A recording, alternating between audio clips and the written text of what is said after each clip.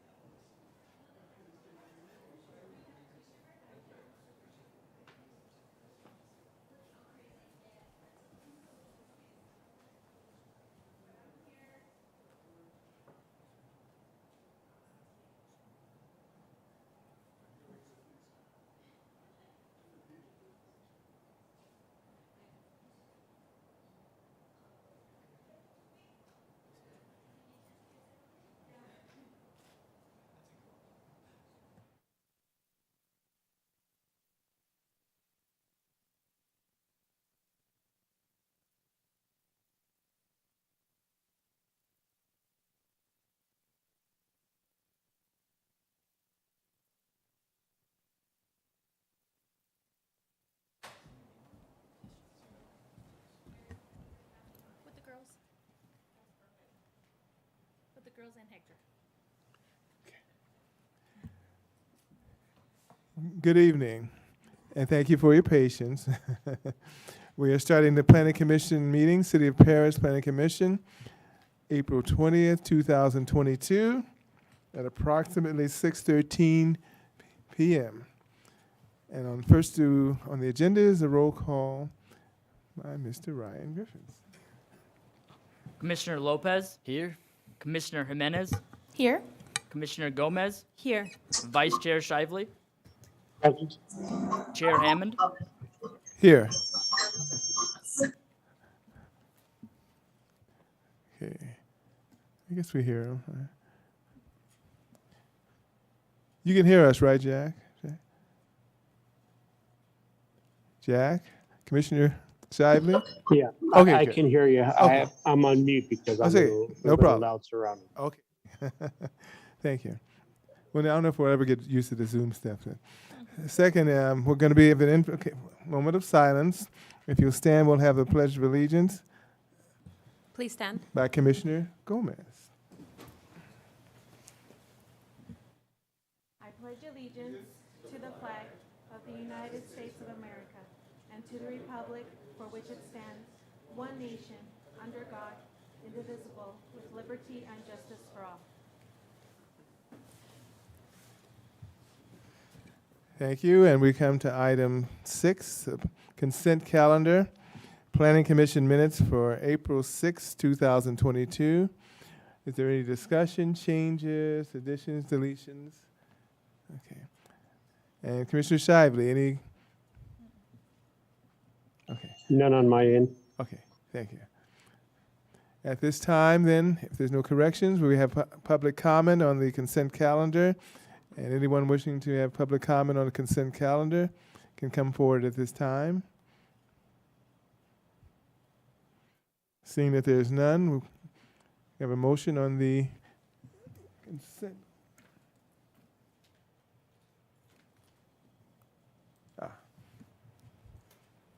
We have a motion by Commissioner Gomez, Second by Commissioner Lopez. Commissioner Lopez, Yes. Commissioner Jimenez, Yes. Commissioner Gomez, Yes. Vice Chair Shively, Yes. Chair Hammond. Yes. With a vote of 5 yes, this motion passes. Very much. Mr. Chair, if I may, for the benefit of Vice Chair Shively, if it would be possible to Yes, do it voice is. voice motions. I thought about that. Thanks. It's time we move to item number 7, public hearing. Wow. I don't know what's going on here. Item 7A, conditional use permit 22-05055 and variance 22-05101. A proposal to construct a 3,885 square foot In-N-Out Burger drive-through restaurant and a variance to allow a 65-foot tall freeway sign on a 1.63 acre lot located at the terminus of Old Nuevo Road, adjacent to the I-215 freeway and south of Nuevo Road within a commercial zone. The applicant, Jeff Bryan, In-N-Out Burger. And is there any ex parte communications or site visits? Of course, I did site visits. But any ex parte communications, drive-bys? I've driven by the Uh, site. Okay. I know of the site, Commissioner Hammond. Okay. I drive by the site frequently. Okay. I'm very familiar with the Everyone. site. Yeah. Thank you very much. The requested action. Adopt resolution number 22-11, finding the project categorically exempt from CEQA under section 15332, class 32 infill development, and approve CUP 22-05055 and variance 22-05101 based on the findings and subject to the conditions of approval. And presenting it for the city is Mr. Nathan Perez. Thank you, Mr. Chairman, members of the Plan Commission. The first item we have before you tonight is the long-awaited In-N-Out Burger drive-through restaurant. And the applicant is Mr. Jeff Bryant, who's in attendance. Okay. So the project site is located in the south of the Old Nuevo Road terminus. And it's currently zoned as commercial, which allows drive-throughs and also other retail uses, and surrounded by commercial zoning to the north, south, and also east, and the I-215 freeway to the west.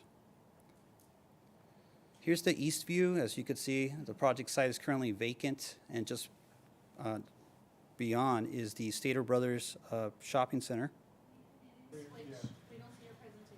Okay. I think IT is in control. Can you guys see the south view? No. No? Okay. We'll just wait. It's on. There we go. Well, no. There it is. Okay, there you go. Nathan, yeah, I can see the south view. Okay. Okay, perfect. So here's a view of the south view, just showing that the lot is currently vacant. And north, just showing that there is an existing AM/PM Arco gas station to the north. And here's the west view, which shows the I-215 freeway. So as mentioned by the chairman, the applicant's proposing a 3,885 square foot drive-through restaurant on 1.63 acres. They have one point of access, which is shown as the red arrow, and roughly around 15,000 square feet of landscaping, 58 parking stalls distributed throughout the whole project. And the applicant's also providing a dual drive-through lane, which will stack up to 23 vehicles. Also, city staff has conditioned the project, as shown in the blue box, for that to be employee parking. In case there's an overflow along the drive-through, it will accommodate an extra 10 or 12 vehicles. So city staff has reviewed the project, and it complies with the development standards for structure height, lot coverage, and setbacks. Also the parking standards for drive-through fast food restaurants, and the drive-through stacking. Currently, our code requires for drive-throughs to provide a minimum 8 vehicles within the drive-through, but this one goes above and beyond. I mean, it's 23 vehicles, even more than the Chick-fil-A on the other side of Nuevo, with an additional 10, which would be 33 spaces. Here's a rendering of the in and out. Basically, it's the corporate architecture has, similar colors and materials as the other in and outs that are currently being built here in the Inland Empire. Here's a two-dimensional rendering, which shows varying roof heights, veneer at the base. And if you look at the south, there's a porte cochere, which is basically a cover along the drive-through, along the pay window and also the service window. Now, the second component to this project is the freeway sign. The applicant's proposing a 65-foot high freeway sign, and he's requesting a variance to allow or to increase the allowed height from 50 feet to 65 feet. And the freeway sign is located in the red box shown on the site plan. Here's the elevations, which has similar colors, materials as the In-N-Out Burger building. And city staff has also reviewed the signage, which it complies with the max sign area, minimum distance from the freeway, distance from property lines. However, like I mentioned earlier, it does not meet the max height of 50 feet. So they're requesting 65 feet, so a variance is required. So the applicant's sign contractor conducted a flag study, which is pretty much the visibility of a future monument sign or pylon sign, and it was conducted at 50 feet. Basically, the sign is located in the red arrow, and it's not very visible. I actually took a couple slides from the study, and it's not visible because of the on-ramp, the sound wall, the Caltrans signage, and also the curvature of the freeway is kind of weird, the way it's kind of laid out, and also landscaping on private property, which kind of conceals any type of sign out there. So here's the southbound going south, and if you notice, the red arrow shows the location of the 50-foot high sign, and it's pretty much concealed by the overpass, the wrought iron fence, which is on the overpass. There's power lines, power poles, even landscaping, Caltrans signage, which pretty much prevents the visibility of this future freeway sign. So therefore, staff request that you grant this variance because there's similar signage, such as the Arco gas station, the Paris de Plaza shopping center pylon sign, which is right next to the Planet Fitness. So there are other similar types of signs which are similar in height. So in conclusion, staff recommends that the Plan Commission adopt Resolution 22-11, finding the project categorically exempt from CEQA under Section 15332 as a Class 32 infill development, and approve conditional use permit and variance based on the findings subject to the conditions of approval. So this concludes my presentation. I'm here to answer any questions that the commission might have, and also Mr. Jeff Bryan is also here to answer any questions you might have for him. Thank you very much, Nathan. And at this time, are there any questions of city staff? See, we better say our names. Oh, Mr. Jackson. Commissioner Lopez. I have a question in regards to the sign. So you said that there's similar signs. I mean, signs that have similar height. How close to that height are they? Like the Arco and the Paris de Plaza, or Plaza de Paris. So currently, I looked at some of the files. The Paris de Plaza is actually 65 feet, and also the Arco gas station is 55, around 58 feet in height. So yeah, there is pretty much a history of us approving these signage, because around that area, because it's really hard to kind of visualize that there's a shopping center off the freeway. Yeah, and do you know what the reason behind the 50-foot restriction was? Was it for safety or? Well, the 50 foot is what the what our code requires. Technically, if there's an overpass, they could go an additional 25 feet. So in reality, there's a 25-foot cap. Oh, it's a with buffer? Yeah, and then there's a 25 additional if it's within a certain distance of an overpass, up to 50 feet. Oh, okay. So, Okay. And I have another question in regards to the driveway or the drive-through of the restaurant. So I understand that you guys did double lane drive-through, but it's a very popular restaurant, and sometimes the line does overflow into the street. I don't know how much you guys are expecting, how many people you guys are expecting to be there, and where the line will go. How far will it go? The entrance of the entire building is only 2 lanes. So if one of them is a line, people are only going to be able to come out. Nobody could come in if they're going to come in to dine in. That's one of my concerns. Okay. If it could be wider so that 1, the line could go through, 2, people could come in and out. yeah, I believe I was working with the applicant in trying to find a way for us to kind of prevent, blockage of the drive aisles. And the applicant actually has a slide that he'll be able to kind of explain a little bit more on what they're going to do in case there's an overstack. I would like to also mention that the employee parking is going to be just for employee parking along there. It's not going to block anybody else. Like I was mentioning, it's going to allow an additional 12 cars along the dual drive-through. They could even go single after the drive-through lane to allow circulation. But as of right now, I mean, they're going above and beyond. Yeah, no, I do see that. And I appreciate that. But that's just my concern of the line going all the way to Old Nuevo Road, going outside of the property, and then blocking the traffic coming in and out.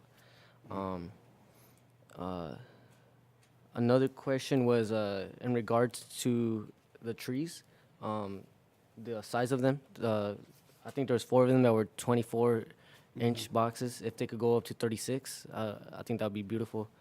Just larger sizes, if that's possible. And then the question for the applicant, if they're willing to add solar panels to this project. I don't know if the roof will allow it for this one, or if they could go completely solar. That would be awesome. Okay. And that's my final question. Thank you. Thank you very much. Oh, yeah, I'll go. Thank you for your presentation today. And I want Commissioner to Gomez. this is Commissioner Gomez. We know, but we. That's fine. I just wanted to, first and foremost, apologize for my tardiness today. It was because of me that we started late. So I do apologize, but thank you for waiting for me as well. So my question is in regards to the entrance that Commissioner Lopez already spoke about. The entrance from Old Nuevo Road. Old Nuevo Road is pretty big, and it looks like this entry and exit shrinks, a lot from compared to what's out there. My concern is the overflow into the dirt that's right in between this lot and the other. I was anticipating that there would be a little more of an extension of the parking lot into that area, or if there was a way that we could work with, I'm not sure if it's a different owner or if the property's being leased, I'm not sure. But if there's any way that we can work into making that driveway a little bigger, because 2 lanes, and the example that I'm going to use, and I hope it's not the same exact drawing or design, but the example I'm going to use is the one on Van Buren. I'm not sure if you've been to that In and Out. I go there all the time. I guess we all do. So, and that, oh my gosh, you get road rage because of how narrow. Is this similar to that? Do we believe it's the same size probably? So I went to the one in Van Buren, and I actually sat out there to count the spaces. They actually have a single drive-through lane. It's dual, but it's not as deep as this one.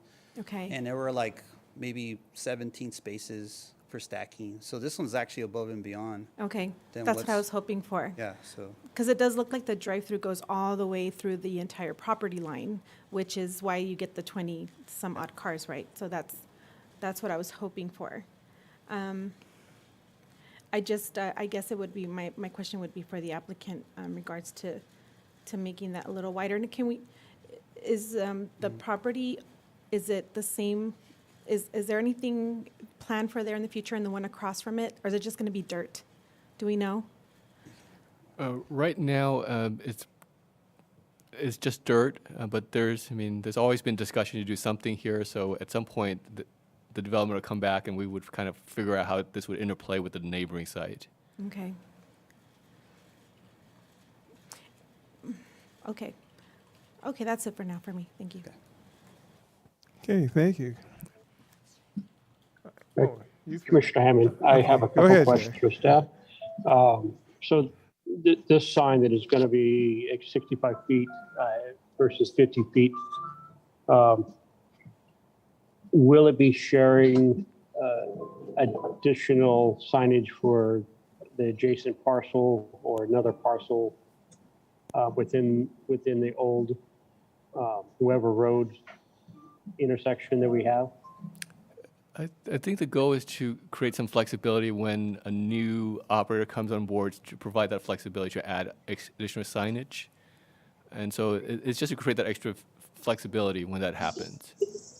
We just don't want to put one freeway sign and there's only one tenant. We want to have some flexibility, and they can always renovate it further if there's a need when there's a bigger shopping center down the line.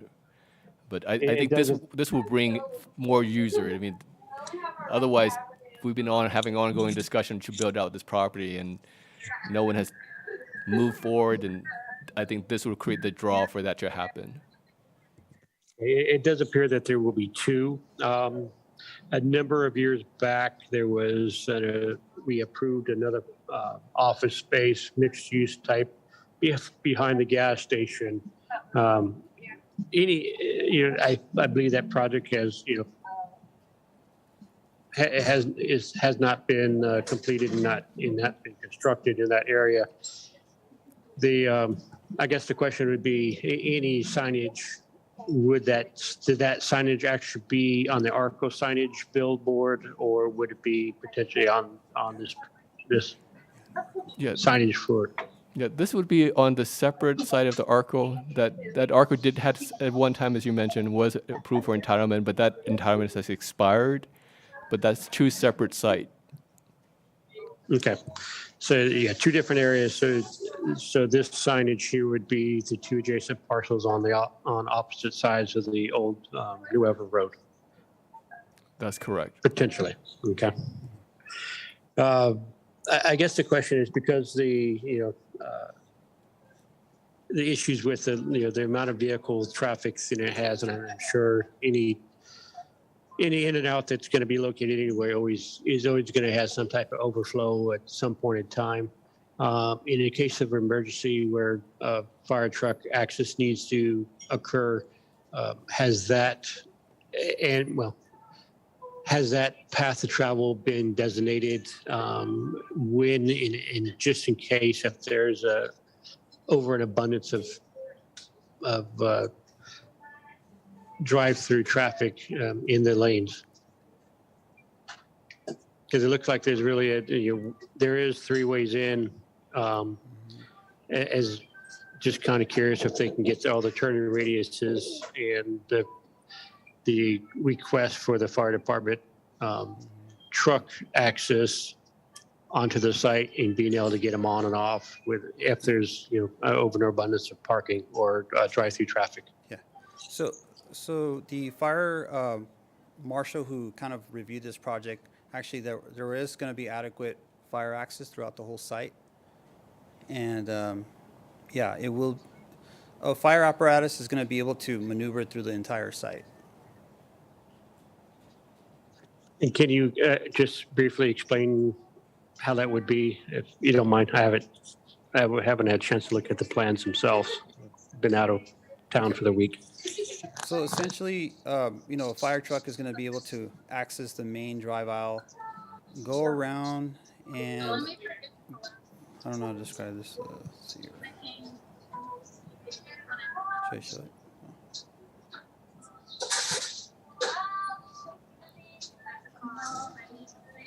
So the fire apparatus is going to be able to drive around the site.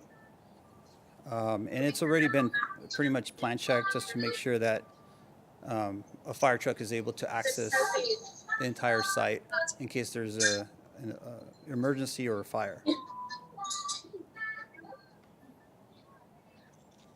Correct, but what if the amount of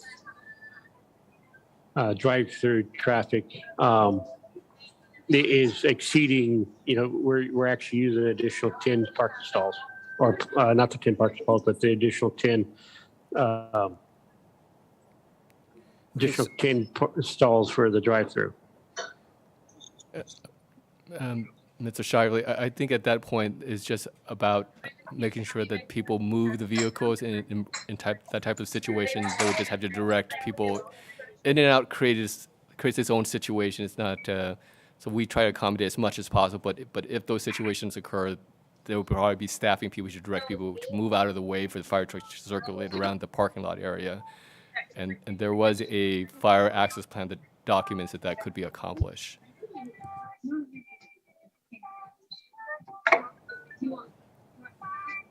That's the questions I have for this moment. Thank you. Okay, thank you, Commissioner Shively. Commissioner Jimenez. Hi. It's Commissioner Jimenez. So I have the same concerns as my co-commissioners. I have visited a lot of In-N-Outs throughout the state. I don't know if I should be proud or embarrassed, but I do. So I'm thinking of there's one in Rancho Cucamonga on Foothill. And that one, the parking actually goes like onto the street, and that one is crazy. This one has a lot more spaces to be more stacking space. Now, my question is this, because I hear you, and I've also been to one on Van Buren a lot. And when you are going in, and then you have kind of like that one weird, there's like a driveway to go into the gas station, and right next to it is the entrance into the drive-through. And if people are trying to park, like there's no way around the cars, and they stack up to the street. So I guess all that to say, my question is it possible? I really appreciate In-N-Out kind of stacking, thinking ahead, giving us more parking spots. You didn't mention the landscaping. Like you didn't like emphasize the landscaping at 22%, which is amazing. But is it possible to lose maybe a couple of those parking spots so we have, and I'm sure you guys considered it, have kind of the lane, because what I'm assuming is going to happen, if I was visiting this In-N-Out, I would be taking the roundabout and stacking up that way, coming in and stacking. Okay. Would it be possible to maybe lose some of those parking spots? That way there's a lane for the drive-through and a lane to head back and park. I don't know. I made myself clear. I could draw drawings. I'm good at that. Yeah, I think we try. I'm sorry. I'm just trying to figure out. Like we try to look at different. Can you bring back the site plan, Nathan? Yeah. Am I making sense? I Yep. think you're trying. I think this way park. minimizes people parking in the street by having that row to the north and having the employee parking designated area, so that there could be more stacking on site to avoid people stacking in the street. No. I'm saying Yeah. like right where it's at. You see how there's that bunch of landscaping on the, what corner is that? Is that the northeast West corner? corner? Northwest? Okay. Okay. So we have, right where the employee parking is at? Yes. You see how it kind of curves like this because it's a cul-de-sac? Yes. Can we have somehow cut that? And I don't know what it would do to the driveway, so that's why I'm Yeah. asking the engineer, to kind of there widen the street or widen the one that's an exit. So we kind of have two lanes going in, one for the drive-through, one for the parking. You see what I'm saying? I could draw a really pretty picture. Do we have a whiteboard? Yeah, I think I think I get what you're saying. I think well, maybe John can discuss, but we can explore with the applicant to figure it out. Yes. But And I'm sure you yeah. all looked at it because, Yeah. I have a lot of faith in ours. Yeah, and I think Staff. just as just my own nod on engineering, I think because this is a terminus street, it's a much better situation than some other. It's almost, I wouldn't say this is okay, but just to have a terminus end of the street, it helps that the stacking doesn't impact other people. It's not like it's along the Nuevo Road, the main Nuevo Road. No, but still, like if Yeah. you're coming in and you want to eat there, Yes. and there's cars, because I can guarantee you, I know how our city has been fighting for an In-N-Out forever. Yes. I can guarantee you, they're gonna come out past the parking, and they're gonna curve up and wrap around that cul-de-sac, Yeah. especially at the beginning. Yeah, we'll look, I agree. We'll look into that and we can ask the applicant, but I'll probably be there too, at least once a week, so. Yeah. At least. The applicant also has kind of like some exhibits he would like to present to the Okay. commission also.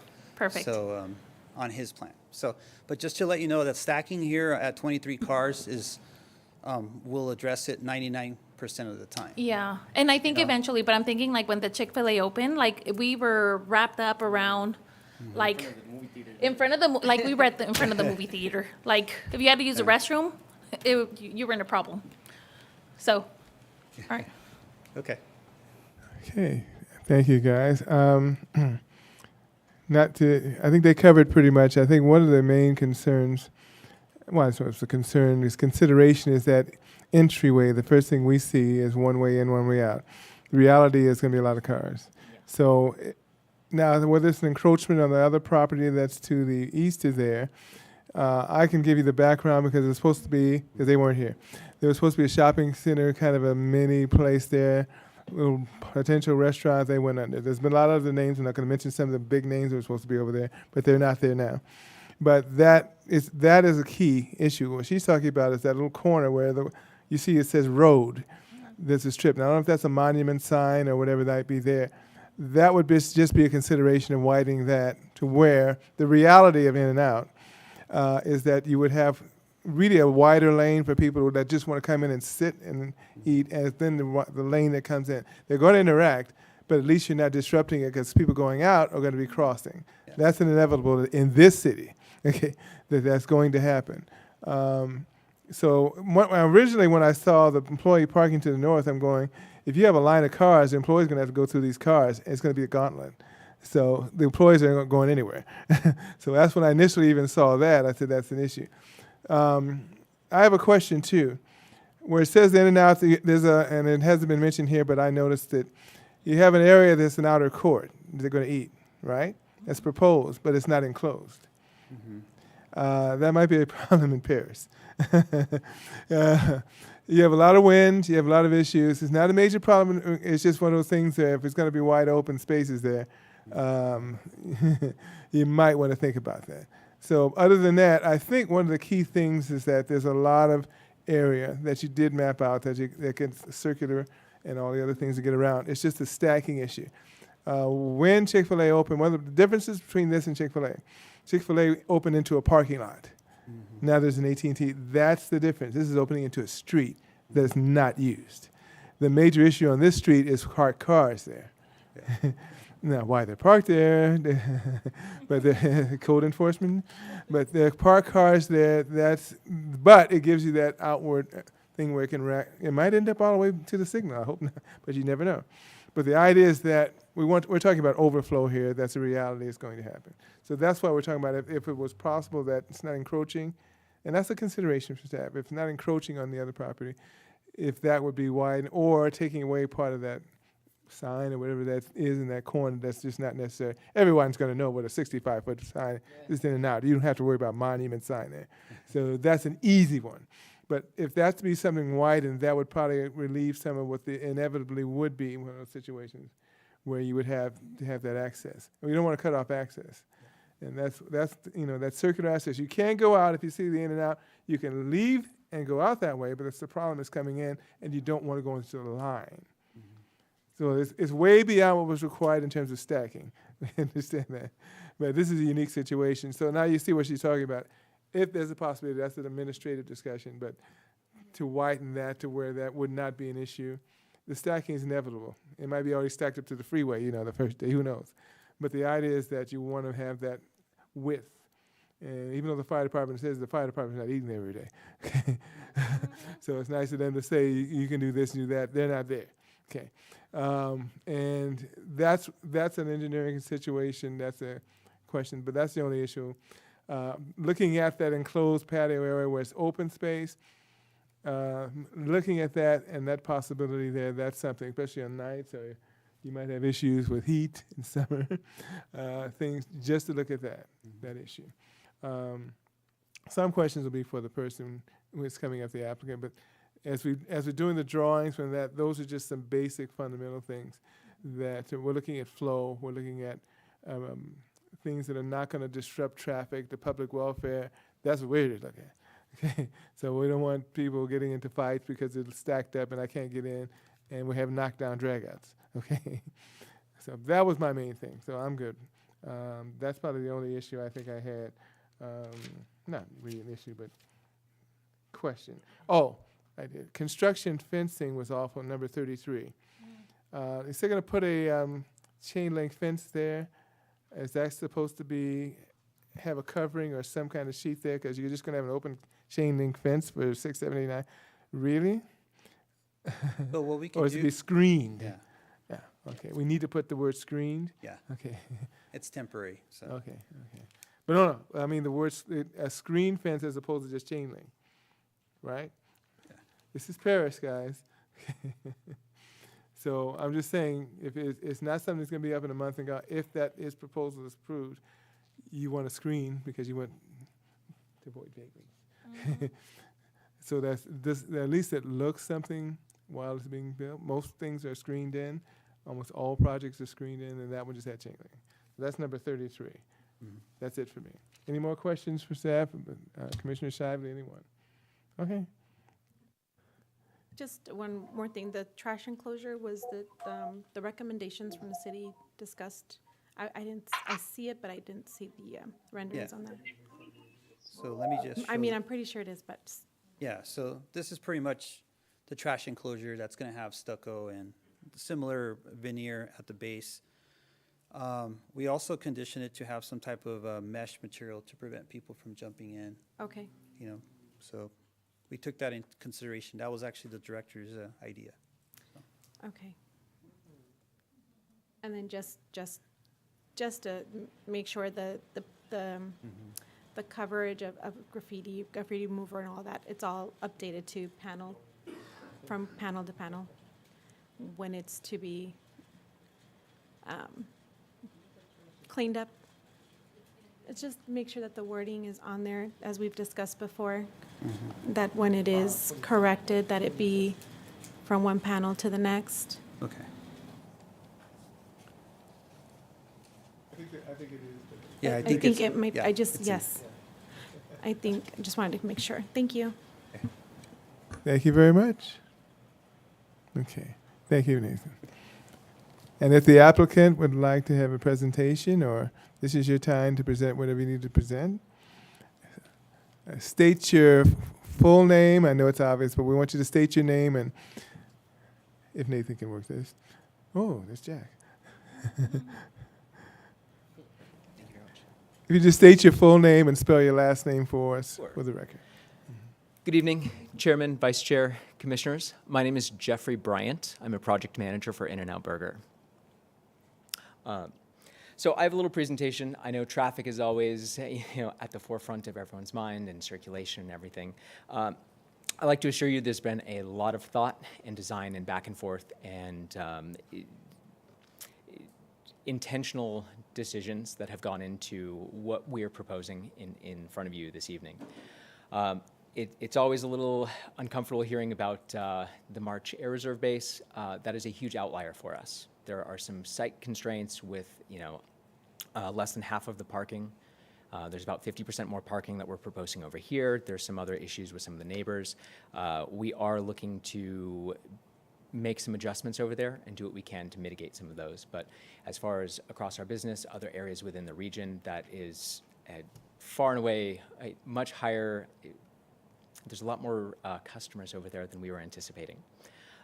In this case, from our traffic engineer, we would anticipate between 21 to 23 cars in a queue on average, which is exactly what we're proposing with the two-queue drive-through. We have some operational components that can help mitigate some of those factors as well. So if you look towards the screen, our menu board is at car 9, so you can see how we stack up to the first 9 cars. At that point, we have between 3 and 6 cameras that are focused on the drive-through area and the parking lot that go directly to multiple areas within the restaurants. So our manager, even the associates that are working the grill or otherwise, are able to see actively how many people are out there, and so we can mitigate some issues. At that point, once we have more than 9 people and the drive-through starts to back up, we deploy some of our associates who have handheld, order taking that will go straight to the kitchen and help expedite and speed things up. So this is what we'd anticipate 85 to 90% of the time of what our queue would look like in 23. If, especially in earlier conditions when we're hoping to be, fairly popular and we have, quite a few customers that are excited, we appreciate all the excitement on certainly the commission side for us, then we can accommodate with a single queue up to 30 cars and maintain circulation going around. So we have 3 entrances to get on site from here. So while there's only one from Old Nuevo Road, we can help guide traffic, go down the drive aisle, and then enter at 3 different spots. And in this case, we would lose one of the entrances, or that would be part of how the queue starts up. But we'd still be able to leave from there. You'll notice that we have another happy, smiley face. One of our associates is out at the end close to Old Nuevo Road, which is helping guide traffic in direction. That person will be roaming up and down the queue in the parking lot. And so we've been conditioned for staff parking along that northern parallel parking spots towards Old Nuevo Road. So they will stop traffic, they will help employees get in, get out, or even if we need the extra, we wouldn't anticipate filling it up with employees, so we would help guide customers to be able to get in. We never want to turn people away for lack of parking. So we will proactively have members that will be out there and able to deal with traffic control. If things are worse than that, which we don't anticipate, from our latest counts when it comes to the Van Buren, the maximum queue size has been 31 cars. So right now we are able to handle that. We are 1 short and keeping everything self-contained. We've intentionally chosen a larger site over here for this because we like to be self-sufficient. We like to keep everyone on site and be able to manage and control it without going off into the public right away or disturbing our neighbors. And this is a great opportunity for us to be able to do that, a great location for it. But sometimes things happen. And so if we get up to 36 cars, we can either transition some of our employee parking out of there to help maintain circulation as one of our options and still have our customers be able to exit out all 3 of those, the entrances to get on site. And again, that will be actively managed by our associate. We can also deploy traffic cones and directional signboards, placards that will be put up, and we can close off that first lane so that we won't have anyone backing up from there, and then we can retain the employee parking and we can use those entire drive aisles. So we can shift it back and forth in between the area. We're looking for a lot of flexibility. We are very dynamic. We are very proactive about managing the queue and doing what we can to take care of it. So if we have a condition, this is worst case, the absolute worst that we could ever imagine, we are still able to handle everything on site. We do lose a couple of parking spots. I think we've lost 17 at that point, but we'll have about 31 or so still available. And again, we do have the delineators there. We have the signboards that we can deploy, and we would cut off some of the access, but we are still nowhere close to going out in the public right away, and we still have the 2 other access points for people to come in. So there's no way, shape, or form that we would anticipate being able to back up and have people in Old Nuevo Road. If it starts to become a problem, we'll close off that drive aisle, and we will force people to go further down to where car number 46 is in here.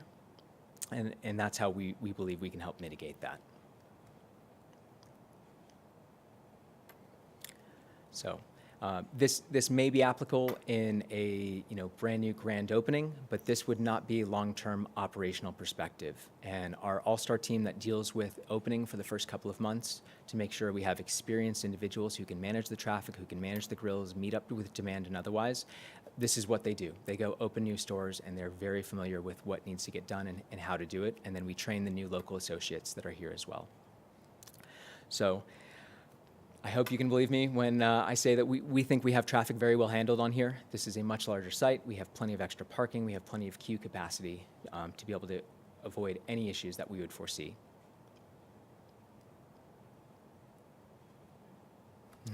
Thank you very much. Appreciate it. Any questions at this time for the applicant? Going left, going right?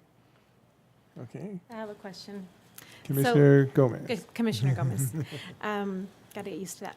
So my biggest question is, would you consider, I don't know if you have one in the plan, I didn't see it, but the palm trees, the very traditional The cross. crossed palms. Yes. Do we have that on this? We do. We do. Where is it? It's going to be behind the monument sign on Old Nuevo, or actually, it's going to be in front of the freeway pylon sign. So it's the northwest corner. Yep, right around in that area. So the one facing the freeway? Yes. Okay. So as you circle around Old Nuevo Road, if you're not turning the left in, then you'll be able to see those. Plus, from the freeway, you'll be able to see it as well. Okay. And that's the one question I had. Thank you. Okay, thank you. Commissioner Lopez? Commissioner Lopez, my question is, are you guys open to installing solar panels onto this project? So it's something that we are looking into, we are considering. We have our first project that is coming through that would be a first for us. It's out of state, but it's something that we see coming down ultimately in the pipeline. But as far as any specific plans for this one at this point, there's still a lot of operational aspects for us. And so it's something that we're looking into to try and see what we can do on it. But there's no immediate plans at this point. As of right to now, try and implement none it. of your guys' locations have it? No. No? No. Wait, it is feasible, right? It is feasible for... We're dealing with our architecture, our structural engineers, we're dealing with our electricians, and we are trying to, we're looking into an ability to be able to implement that. I think long-term, it's going to be an absolute requirement. At this point, there's still changes in a lot of the electrical rates with solar panels and a lot of the costs in trying to determine what's going to happen. Edison is doing a massive shift in what they're doing. There's a lot of uncertainty going on in it. And so for us, we are consistent and we are focused on being able to operationally maintain everything and be able to take care of the premises or otherwise.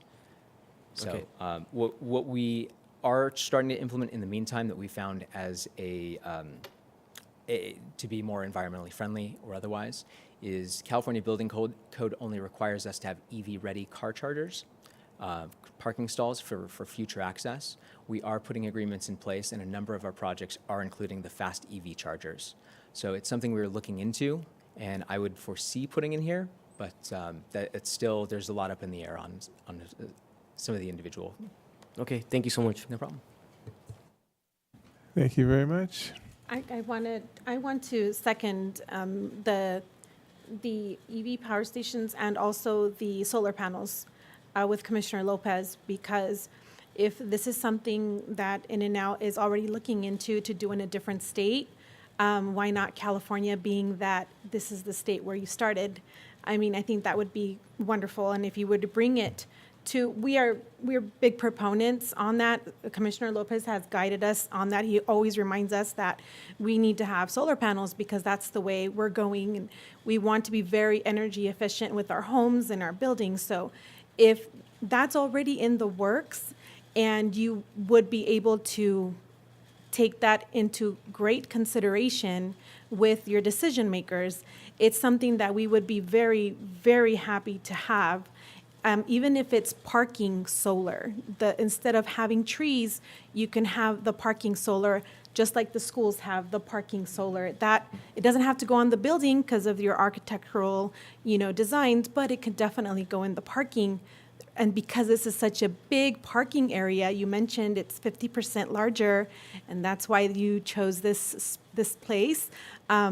That would be great if you could do that. I mean, I know it's not required, so we can't demand it, but really, really, really focus on that. Would be something that our city would be very proud to have here with us. So definitely something that we would love for you to really consider. Yeah, it's something that we're absolutely considering, but because of the operational impacts, we don't want to overcommit.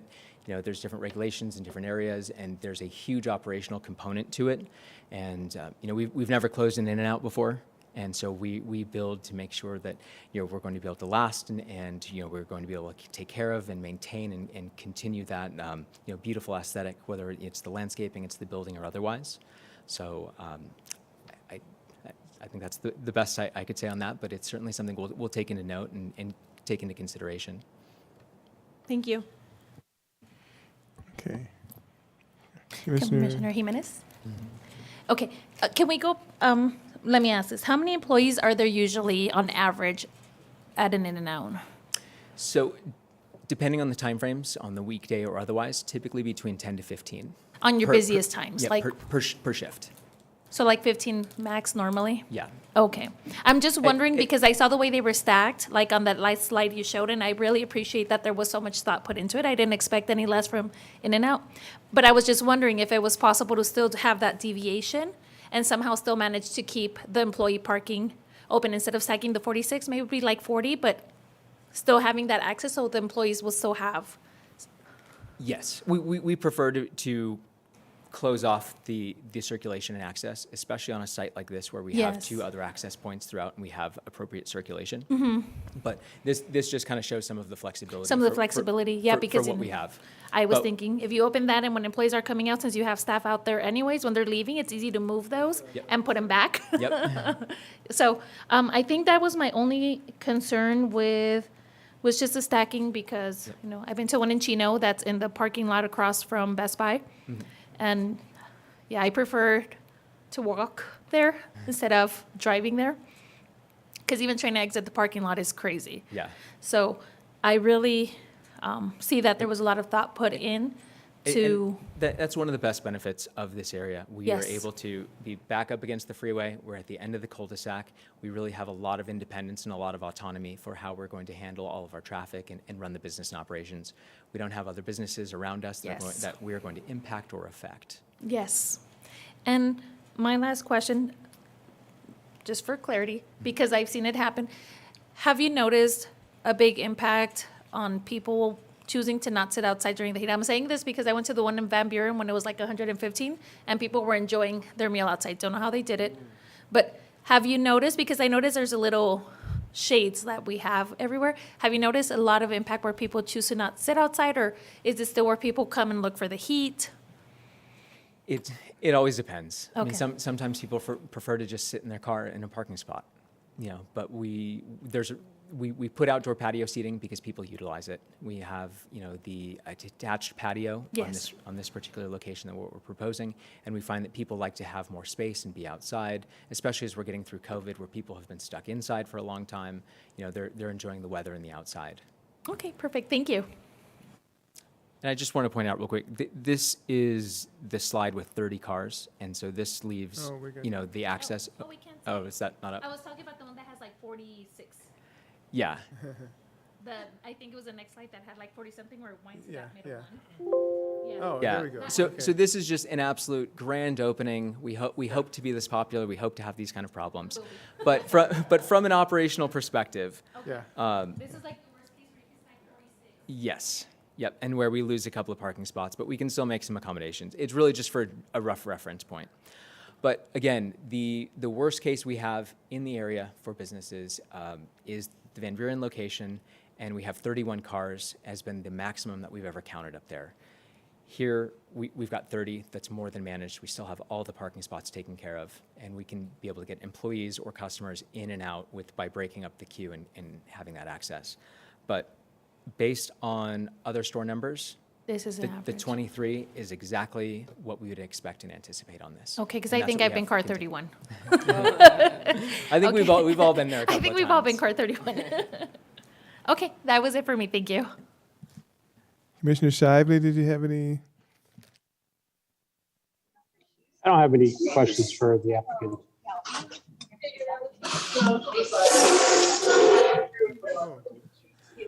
Okay. Yeah, somebody's having a party. Sorry, Commissioner Shively, did you have any? I missed it. Do you have any questions for the app? No more questions. Okay, thanks. No, I don't have any questions. Sorry about the noise. I'm sitting at the airport. Oh, the airport. Oh, okay. I thought we was having a party there. So I think my colleagues answer all the questions, and I think that we asked a lot of questions here. Just as a consideration, the patio enclosure. If that's not, I'm not going to hold it against you, but think about that part because you're right by the freeway too. Yeah. So So just to think about, I need the answer today. Just think about the enclosure, net, screen, whatever the case. Don't care what they do in Van Buren. Don't care what they do in Marina Valley. Don't care what they do in Menifee.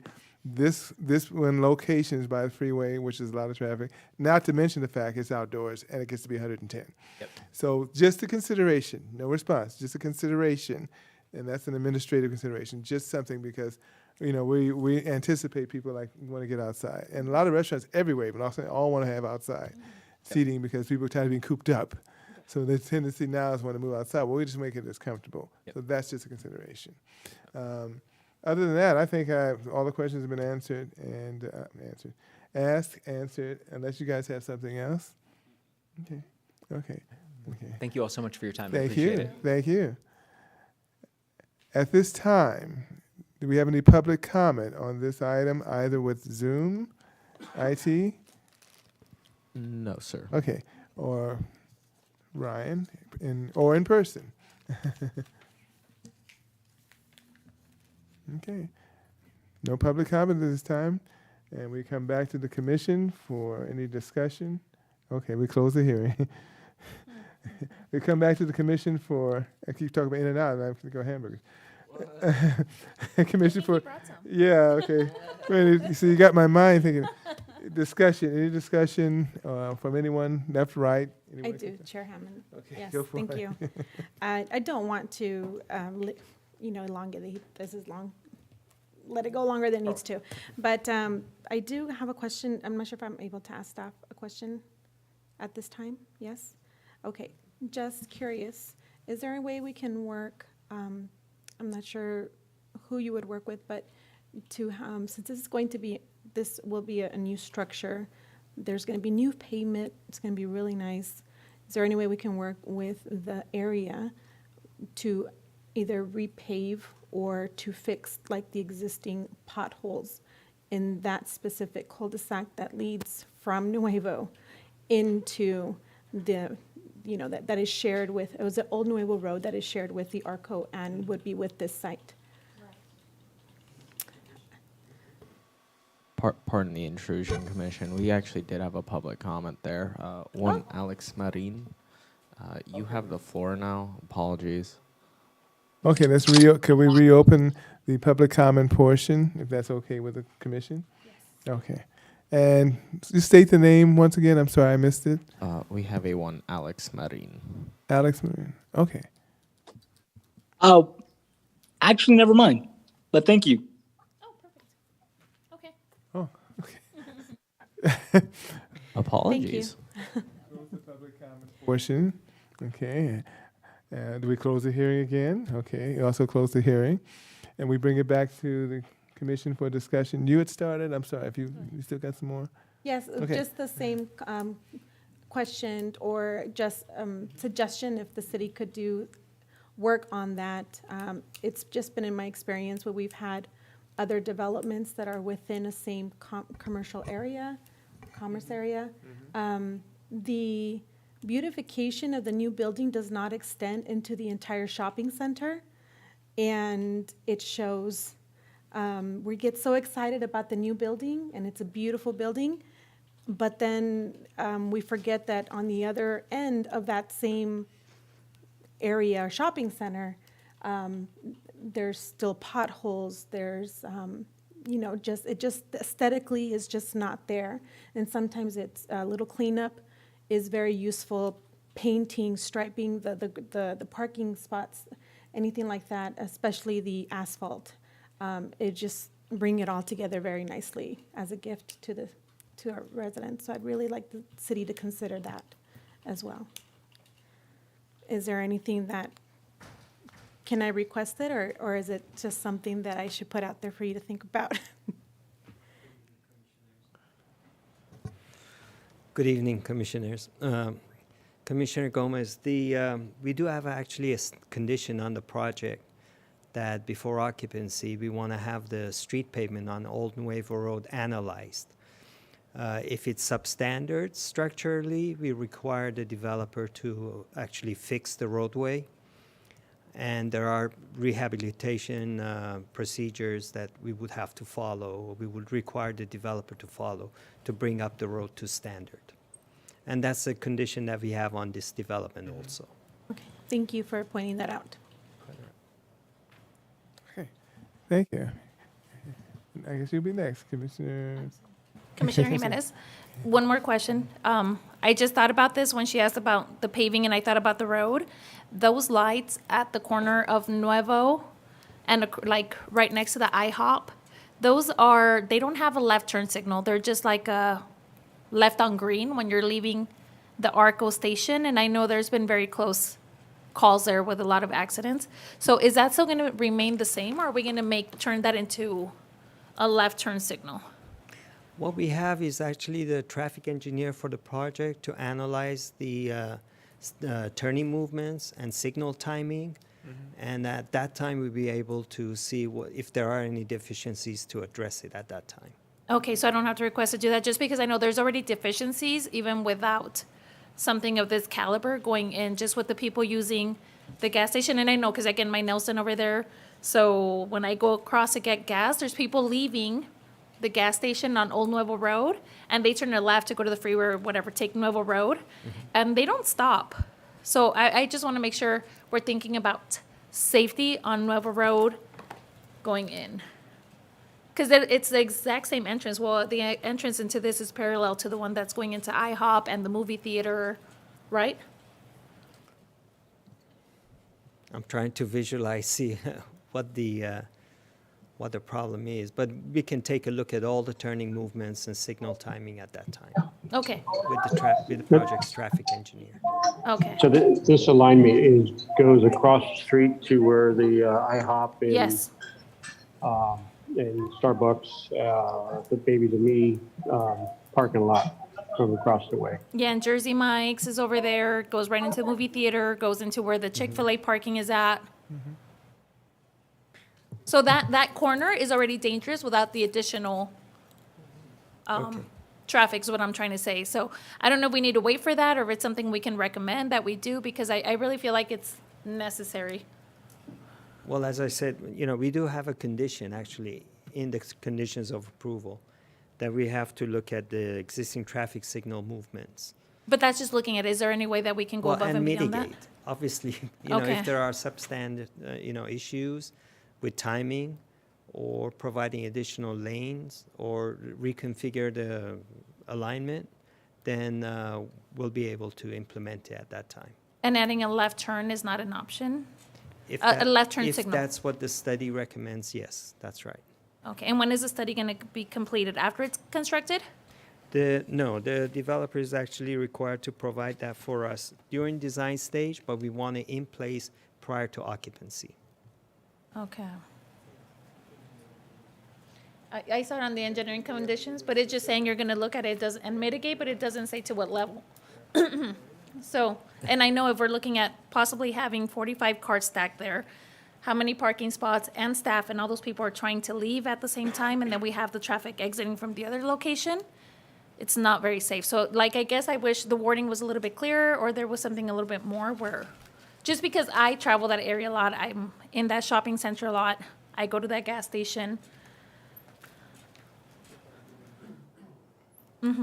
So I'm surprised it wasn't looked at already, sorry. I guess is what I'm saying. So, okay, Okay. yeah. But other than that, I'm glad In-N-Out had a plan for it. I understand, with the solar, I would love to have solar, but, he said something with the limitations because of the Air Force base, or the airstrips, because we have both airports. And I know with other locations, that has been a concern with the glare for the planes and all that. But, something that we can look at for the future. But other than that, I know it's something that we have desired here in the city for a long time. I know there's been a lot of work. I know the city council showed up with their little in and out hats, and we had the, what was it called? Get in and out over here, the whole thing where people were flashing, so. It was the I'm glad. campaign. The campaign, there was a whole campaign. So, I'm happy for that. It looks good. The colors are good because they're the traditional in and out colors. I love the additional landscaping, so that's it for me. Commissioner Lopez? Commissioner Lopez, I would like to thank the applicant for the information that you provided for us tonight. And yeah, I just want to reiterate what Commissioner Jimenez said. I guess it's an honor for the city to get in and out. I personally live in between the one in Van Buren and Menifee, so this is it's gonna be good just being able to stay in the city and be able to spend my own tax dollars here, and not having to drive out so far. Yeah, and I'm sure a lot of the other residents too appreciate that the company's coming out here. I think it shows a lot that Paris is, very valuable and is coming up. The details, there's a lot of details in the planning, a lot of greenery that was included, and I appreciate that. Yes, I do want to have the solar panels. I think that would be great, and that would be something good to push for the company. Like you said, like the applicant stated, that the company has never done it before. I think it'll be a good direction for them to move to, and Paris will be a great place to start as well for that. The location was great. Staff stated that the cul-de-sac kind of helps out a lot with traffic. Worst case scenario, if the traffic goes out in the streets, it wouldn't be blocking a lot of the road traffic. Yeah, I think overall it's a good thing for the city. I think we're heading in the right direction. Thank you. Thank you. Commissioner Shively, I don't see you, but did you have any? So, I do believe that in and out is a great addition to the city of Paris. I know the city of Paris development staff have been trying to accomplish this for many, many years. Some of it to no avail until it finally, I guess the numbers work finally for in and out. Any place that in and out goes, you build it, they'll come. If they know about where it's at.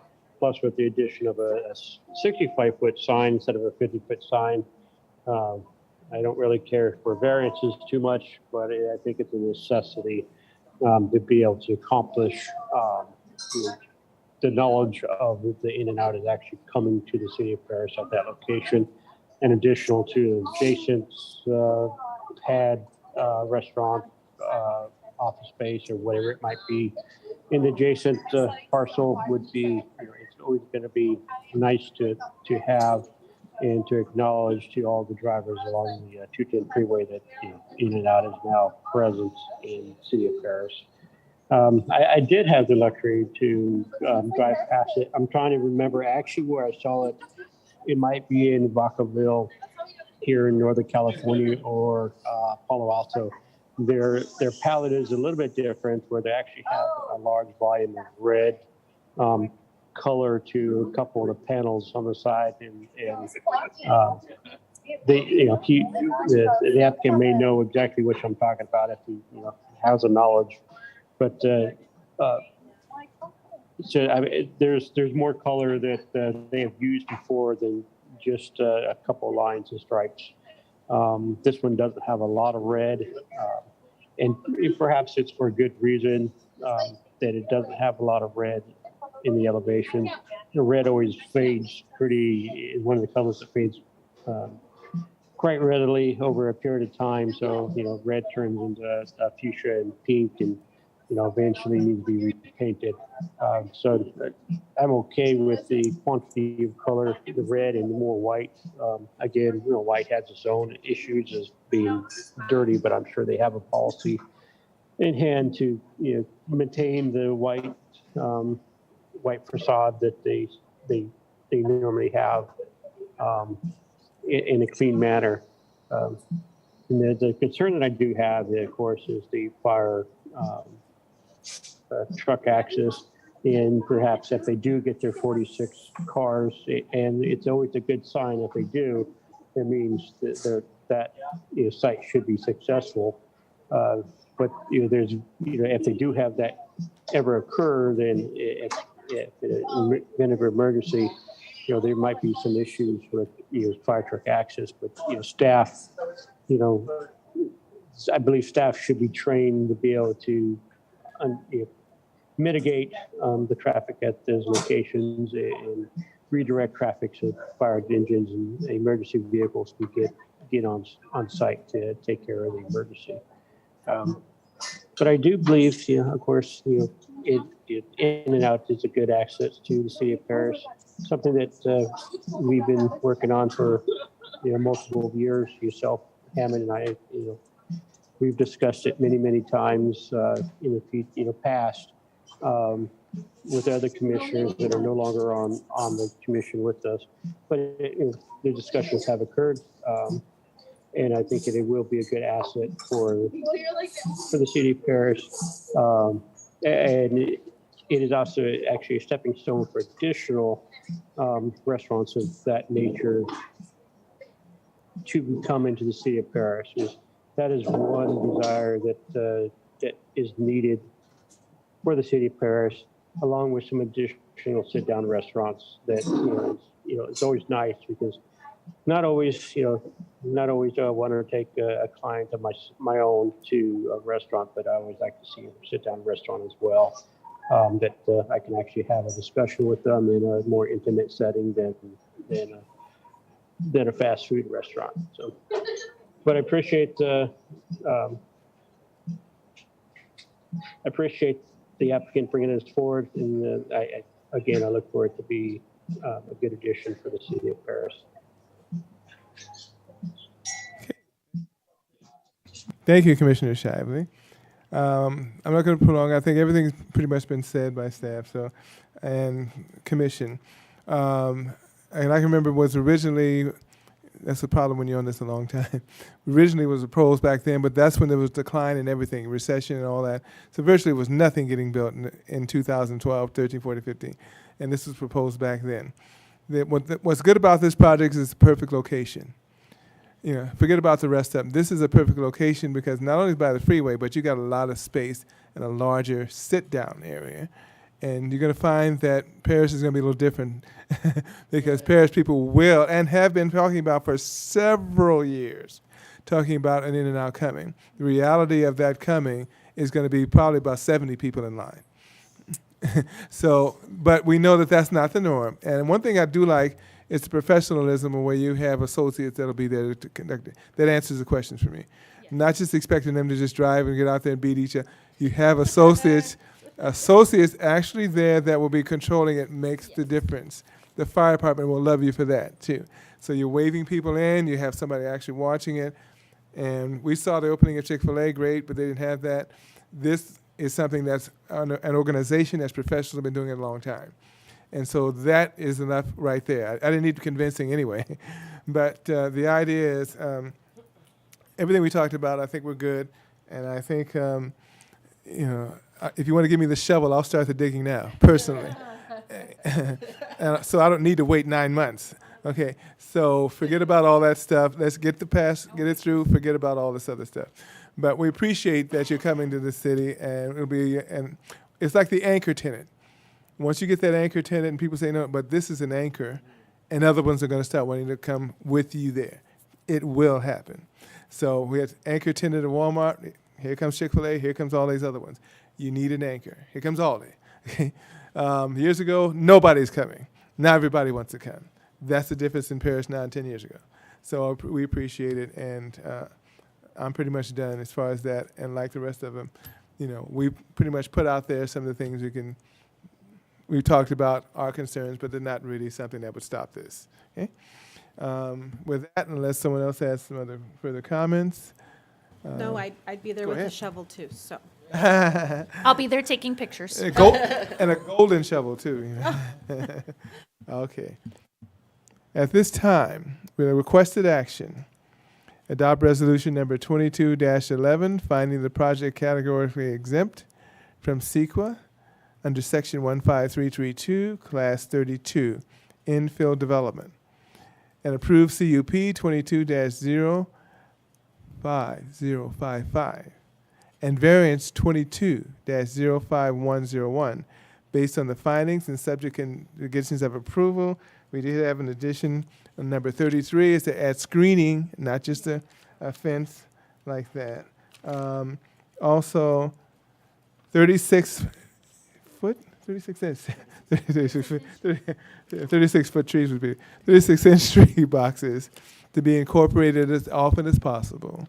Okay, and I think the driveway width is something that you pretty much resolved. So those were the two that I remember. Okay, okay. And really looking at, it's like really. Yeah, really looking at the lights for the transportation study, Yes. the signaling. The traffic study. Okay. Okay? Okay. We just need a motion. Motion by Commissioner Gomez. Seconded by Commissioner Jimenez. Commissioner Lopez, Yes. Commissioner Jimenez, Yes. Commissioner Gomez, Yes. Vice Chair Shively, Yes? Chair Hammond. Yes. With a vote of 5 yes, this motion passes. Thank you very much. Okay. We want the first at the burgers, though. Okay. Would you like a quick recess? Yes. 5 minutes? Yes. Okay. 5-minute recess, and we'll convene back here for item 7B. Okay. Thank you.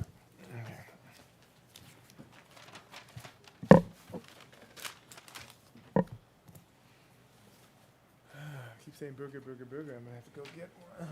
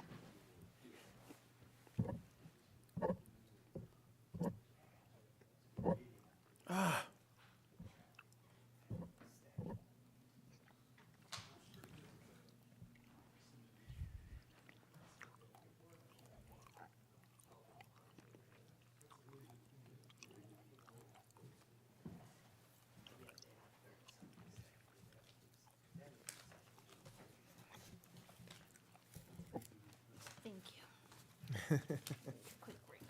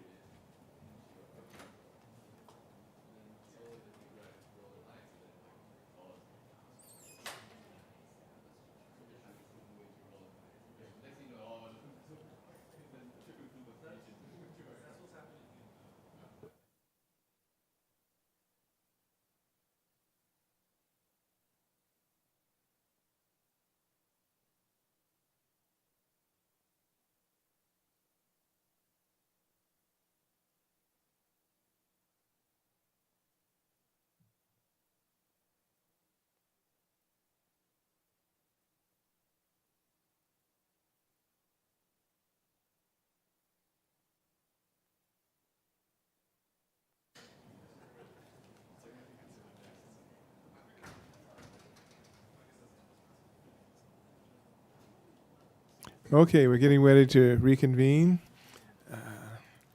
Let's see, 7:30. We're reconvening the City of Paris Planning Commission meeting at 7:35 p.m. Item 7B. Item 7B is the scoping meeting for an environmental impact report associated with specific plan amendment 21-05218, tentative parcel map 21-05219 38292, development plan review 21-00013, conditional use permit 21-05216, and environmental impact report 21-05217 for the Ramona Gateway Commerce Center project. A proposal to amend the PVCC specific plan zoning from 19.23 acres of business professional office and 23.19 acres of commercial to light industrial, and a tentative parcel map to create 7 parcels to facilitate the construction of a 950,224 square foot industrial building on 42.2 acres and a 37,215 square foot commercial center on 7.6 acres. Located on the south of Ramona Expressway between Nevada and Webster Avenues. The applicant, Mr. Daniel Sachs, Paris Land Company, LLC. Requested action, conduct a public scoping meeting, important to remember that, a scoping meeting to review, discuss, and provide comments regarding the proposed project for the preparation of an environmental impact report. Once again, was there any ex parte communication, site visits? I always do it. You can always put my name down. I always go by the site. But site visits from any of them, yeah. None for me. What was that, Chad? No. None for expert- none for Commissioner None. Shively. Commissioner Hammond just said he did with site. Commissioner Jimenez, I drive by that site frequently. Okay. Yeah, Commissioner Lopez, I drive by the site as well. Commissioner Gomez, I also drive by the site frequently. Okay. Thank you very much. And Matthew Evans. Thank you, If Chair you- Hammond. I appreciate that opening. Planning Commission members, just one point of clarification quickly. The tentative parcel map is actually for 8 lots, so there's 7 parcels associated with the proposed commercial development and 1 lot for the overall DPR site, which is the industrial project site. Okay. So the scoping meeting purpose is to provide a general description of the proposed project, outline the environmental issues that will be addressed in the EIR and the project review, provide an opportunity for local agencies and the public to comment on the scope and content of the draft Environmental Impact Report, EIR. The scoping session is a public hearing. However, there is no required action required at this time for the proposed project, as this is just an informational item. So just to give you an idea of where this site is an aerial view of the Ramona Gateway Shopping Center. It's 50 acres in total. It's located at approximately south of Ramona Expressway, west of Webster Avenue, east of Nevada Avenue, and south of the Val Verde School District. Excuse me, north of the Val Verde School District. The proposed project is located within the Paris Valley Commerce Center specific plan. It is currently zoned, as you can see on this map to the right, commercial for the majority of the project, with the bottom 2 parcels zoned business park professional office. The proposed zoning keeps commercial zoning along Ramona Expressway frontage, industrial zoning to the rear of the site, which is consistent with the neighboring zoning to the east, light industrial. MARB ALUC compatibility, that would be March Air Reserve Base. ALUC compatibility, the project site is located within the airport overlay zone. The project site is located within the C1 compatibility zone. The proposed specific plan amendment does require ALUC review for compatibility with the AOZ. So here you have the overall site plan that shows the commercial frontage. Retail buildings are comprised of 37,215 square feet. The industrial building is comprised of 950,240 square feet, which includes an 850,224 square foot warehouse building, and 100,000 square feet of mezzanine internal. Combined total of 987,439 square feet. Retail site plan. There are 8 retail buildings comprised of, again, 37,215 square feet. There will be 220 parking stalls. Signals will be added to Ramona at Nevada Avenue and the main entry of the retail. Access to the site is along Weber Avenue, Ramona Expressway, and Nevada Avenue. And those entrances are circled in purple. So this is a SketchUp of the retail entry from Ramona Expressway. So this is the representative retail elevations. The applicant won't be requesting specific architectural design through the initial conditional use permit, but as the project develops, we would review the elevations at that time, but these are conceptual elevations for the commercial portion of the shopping center. Again, we have more representative retail, basic forms, with some ideas in there such as trellises, shade coverings, window treatments, etc., and cornices. Industrial site plan. The industrial building, again, is comprised of 950,224 square feet. Again, that includes 850,224 square feet of warehouse, with that internal 100,000 square feet of mezzanine. Truck access to the site is achieved exclusively from Nevada Avenue at the northwest corner and in the southern end of the parking truck court for the truck trailers. Separate employee access is from Webster and Nevada Avenues to the southeast and southwest of the overall project site. So there is a total of 4 entrances into the project site. The truck route, the designated truck route is Placentia Avenue to and from Nevada Avenue. Access is via Nevada Avenue and Frontage Road. No trucks are allowed on Ramona Expressway or Webster Avenue. All traffic will be diverted to Placentia from the site. So here is the industrial rendering. This is a representative of a fairly modern, or a modern industrial building with a professional office looking tower with varied roof lines and colors.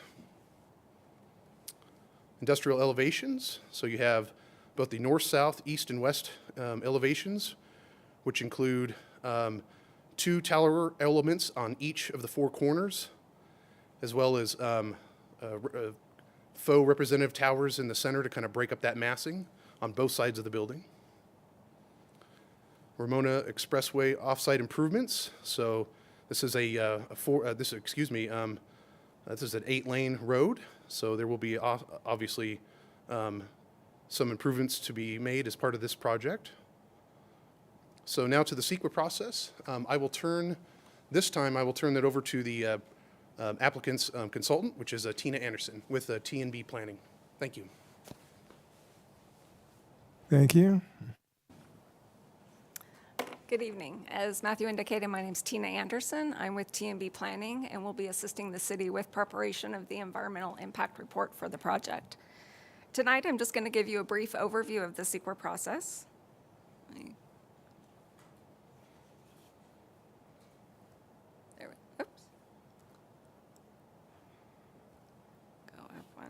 As you know, the purpose of CEQA is to provide information about the scope of a project, to disclose a project's potential environmental impacts, and to identify ways to avoid or minimize these impacts, either through mitigation or alternatives.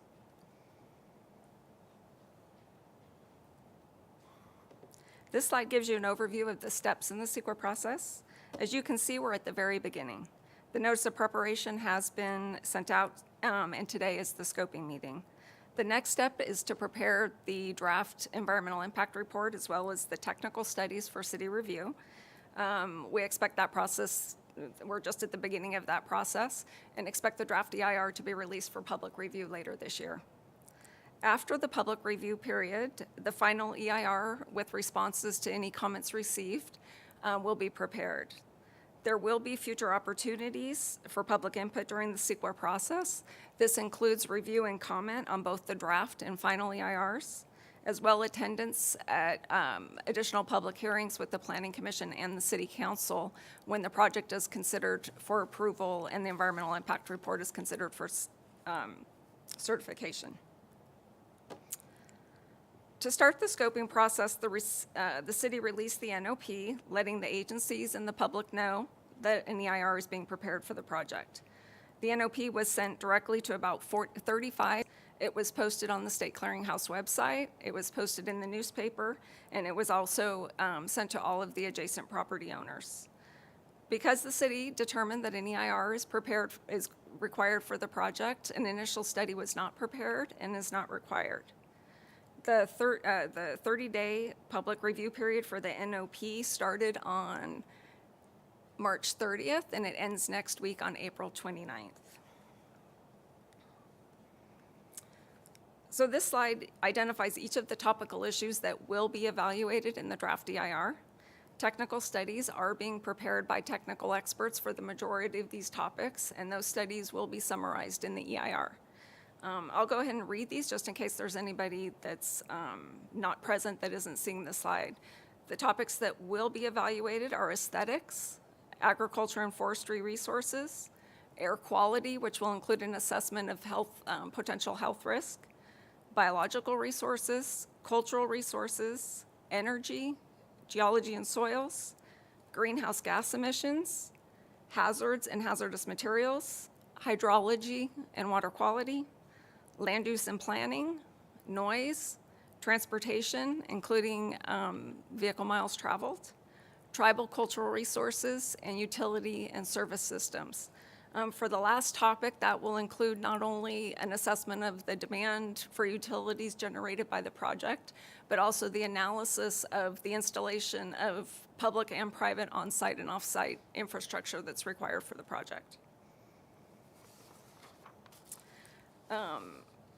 Based on the notice of preparation, the environmental issues that were determined not to require further analysis in the draft EIR were mineral resources, population and housing, public services, recreation, and wildfire. And an explanation for that was provided in the NOP for the public to provide input on those decisions.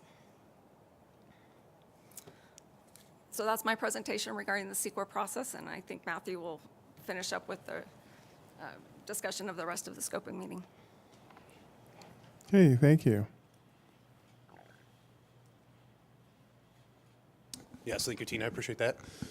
So moving forward, if you would like to comment, please fill out a speaker request form. Limit comments to the EIR-related issues so that the city can address your comments in the current of the draft EIR. Note, the scoping meeting is not a public hearing. No decision is to be made. It is a public hearing, but there's no decision to be made at this time. And there is no decision to be made by the Planning Commission after the scoping meeting. Written comments on the NOP and scoping session may be mailed to or emailed or delivered to me personally, Matthew Evans, Project Planner, City of Paris, Planning Division, 135 North D Street, Paris, California, 92570, or my email address, which is my first initial and my last name, which is mevans@cityofparis.org. And of course, my phone number is 951-943-5003, extension 115. Staff recommendation is to conduct a public scoping meeting to review, discuss, and provide comments for the preparation of the environmental impact report for the project as described. If there's any questions or comments at this time, I'd be happy to answer them. The applicant is also here, and I think that they would like to introduce themselves as well at some point. Thank you very much.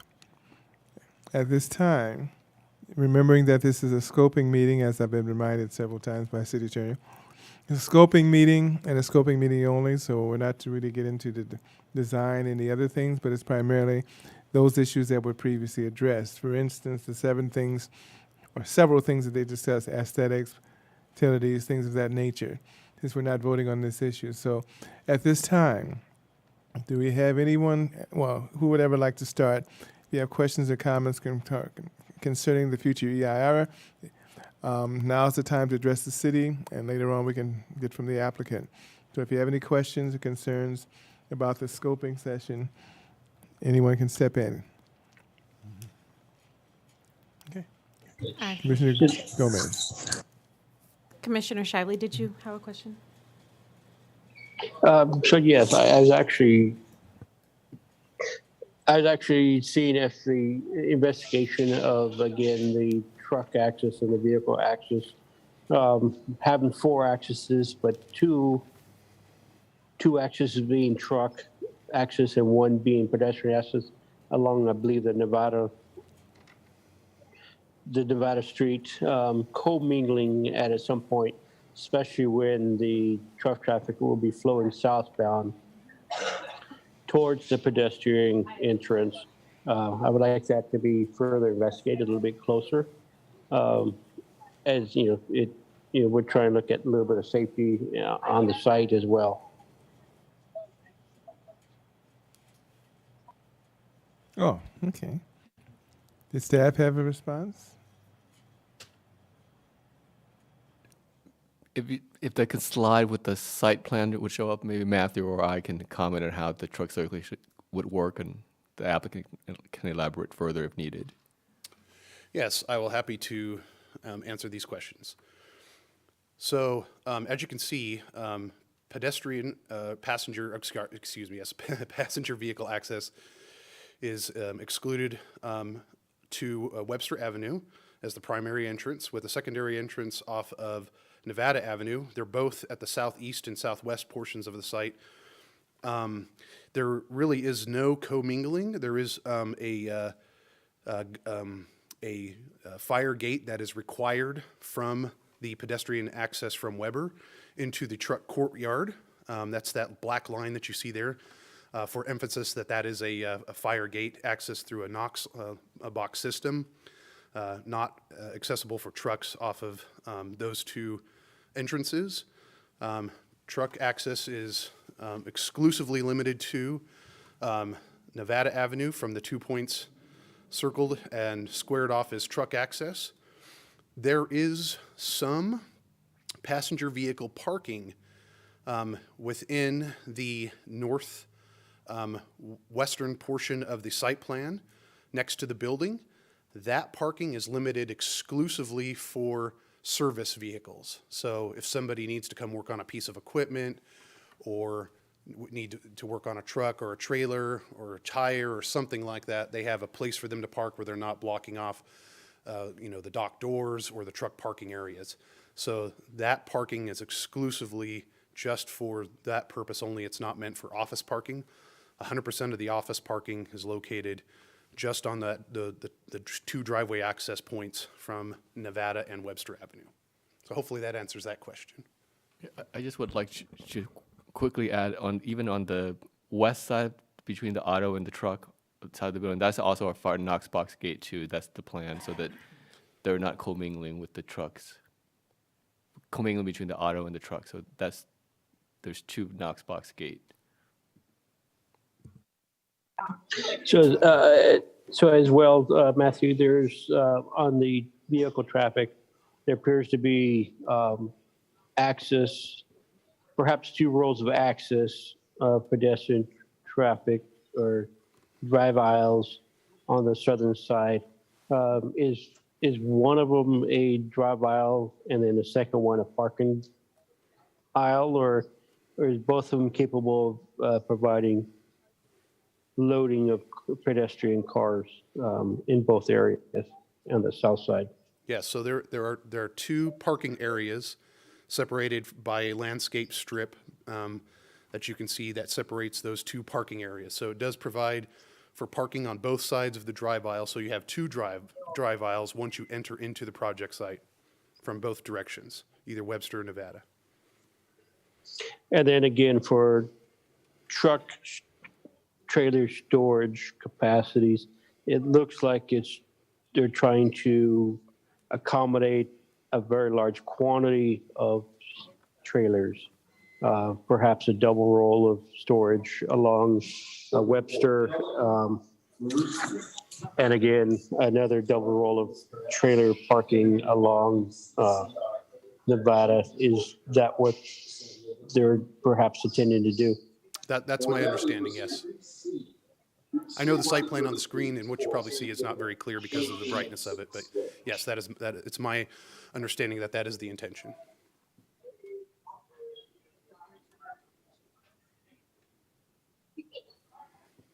Okay, I may have some additional questions in a couple minutes. Okay. Commissioner Lopez? Commissioner Lopez, just for the record, it was stated earlier that the adjacent properties were notified of the project. I'm just curious, what exactly was the response from Val Verde Unified, the high school? And if the school district reached out to the parents, letting them know that this project site is in the works. Just want to know what the response was from that. That's a great question. So actually, before we sent out any notices, the first thing that I did as staff is I reached out to the Val Verde School District, did make contact, put the applicant in contact. I think the applicant was already in contact. I know the applicant had more contact with them because they worked directly with them to get buy-off on where they would prefer the truck traffic accessing the site versus Webster versus Nevada as to the preferred road to access trucks to the site. It is our understanding, and I'll let the applicant speak to that because, again, they had much more conversations with the school district on this. They engaged with them directly. But it's our understanding that the majority of the drop-offs to the site come from Webster Avenue rather as opposed to Nevada Avenue. Okay, thank you. Oh, Commissioner Gomez? Yes, Commissioner Gomez, I do have a question. My first question is, can we look at the Paris Valley Pacific Plan Absolutely. zone, please? Yes. So this is the original on the right-hand side. The red is commercial, and the two light purple or mauve-colored ones, those are, so this is this, has it been flipped? Is that what we're looking forward, what the applicant is asking for? No, so this is the actual current zoning for the site. As you can see, the majority of the project site is commercial with the two smaller parcels as BPO. So, and then I think this is the proposed zoning. So as you can see, they would keep a little over 7 acres of commercial along Ramona Expressway.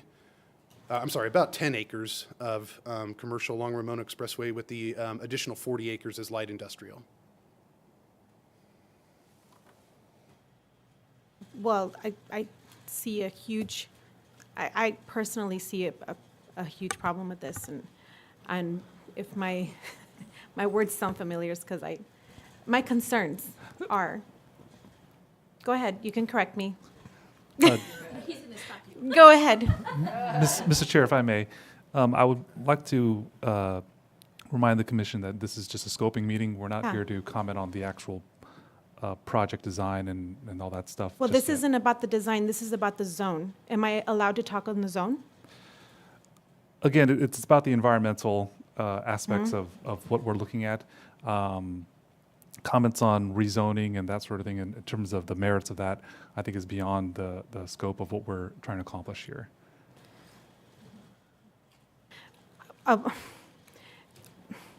I believe that the zoning has to do with the environmental impact.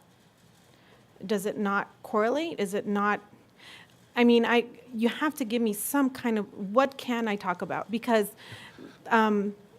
if they're here to listen to a feedback from the commission. So I think Director Fung can elaborate a little bit more, but what you can talk about and ask about is because I can ask about birds and air and looking noise at the environmental impacts of the rezoning and that sort of thing. Yeah. The squirrels in the ground, I mean. Or the you can for your comment. patience, Kenneth. Yeah, you can comment in the context of saying that you would want them to evaluate the impact of transitioning from commercial to industrial and how much more air quality impact or how much more trucks or traffic. And within the context of that comparison, I think that would be an appropriate. Okay. But within that context, and for this context of the meeting, Yeah. if that makes sense. Yes, it does. I'm taking notes, definitely. I know when it comes to going over these scoping meetings, I need to stick to a list of vocabulary that I'm learning from, so I appreciate it. So yes, what he said. Understood. Thank you. Please consider the impact of changing the zoning and the noise and the traffic that's going to be changed because of the location. Can I ask, Kenneth, can I ask if, did we agree to, because it was mentioned, did we agree that Placentia would be part of the truck route? Just remind me, because I don't remember. Placentia is part of the truck route. Okay. So they're designing it per the direction that we need for the truck traffic to access, because they Okay. can't use Webster, they shouldn't use Webster, and they shouldn't use Ramona. All right. Yeah. So there was a question in regards the school district, right? That you asked in regard, were they notified? And what was the response? Absolutely. As I mentioned, we did, not only were they officially notified, but we actually, both staff and the applicant, both reached out initially to get feedback on the preferred truck access points into the project site. The first design of the site, they had anticipated that trucks might use Webster instead of Nevada. Mm-hmm. We were concerned that that probably was the preferred access to the school, and that's why we did that initial outreach to the school district. And they did respond. And so based on that response is the site plan that you see tonight, where that access was flipped so that trucks access the site exclusively from Nevada Avenue and no truck access on Webster Avenue. Okay, thank you for clarifying that. That's very important for us to know so that we can always face that as well in the future for, okay. So that was that question. And dang it, Kenneth. I'm trying to word it. Oh, boy. Yeah. Okay. I'm sure that the city staff understand where we're coming from, but that's all for now. That's all the questions I have for now. Thank you. Okay, Commissioner Jimenez. Commissioner Oh, Hammond, if I can just ask a quick question real fast. of course.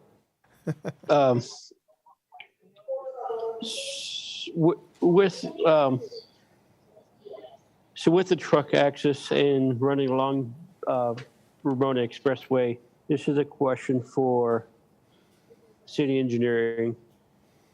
Is there an avenue to deter truck access onto Ramona Expressway, but still allowing the smaller box trucks to access Ramona Expressway for the commercial strip along Ramona? Is that potentially something that we can look at a little bit closer in detail so truck access cannot get, semi-trucks cannot get onto the Ramona Expressway? The city attorney answered that. We're keeping it within the purview of the scoping meeting, so we didn't want to get into the traffic study would be one thing, yeah. Yeah, Traffic. so I mean, it's just part of the traffic study Okay. related question, Okay. I believe. Okay.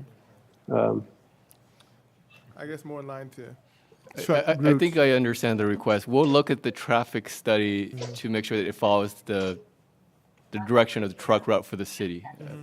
Yes, thank you. Commissioner Jimenez, so just to clarify, none of these lots are zoned industrial to begin with, right? That is correct. They're business professional and they're commercial. That is correct. Okay. And, I heard you say that Valverde Unified School District was contacted, but when I'm looking at the map that was laid out, Valverde Academy is not there, so it's not reflecting what is currently there. So it kind of makes me doubt, or kind of, is there documentation of the conversations going back and forth? So I don't know if the district knew that this was not zoned. So I noticed it was not part of the NOA.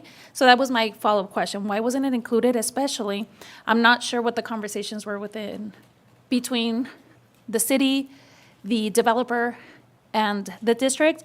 It might be a different conversation if the district assumed or didn't know it wasn't already zoned for this versus, you know what I'm talking about? So, Yes. so being so close, I don't know why the NOA does not include that one impact, why it was excluded. So would you tell me why? So I can tell you that I did two things early on in the process. I reached out via email to the facilities coordinator. I believe that's her title. I'll have the applicant give me a better description of her title. I reached out to her via email and phone, and both the principal of the Valverde High School and the academy. So I spoke directly to all three individuals. I have email correspondence with all three, and we had phone conversations with all three. Just so you're aware, in the email correspondence, we did lay out that the proposed project included a specific plan amendment to change the zoning from commercial and BPO to industrial, leaving a 10-acre strip of commercial along the frontage. So that, in that correspondence, we did lay that out via email. So I do have those email correspondence.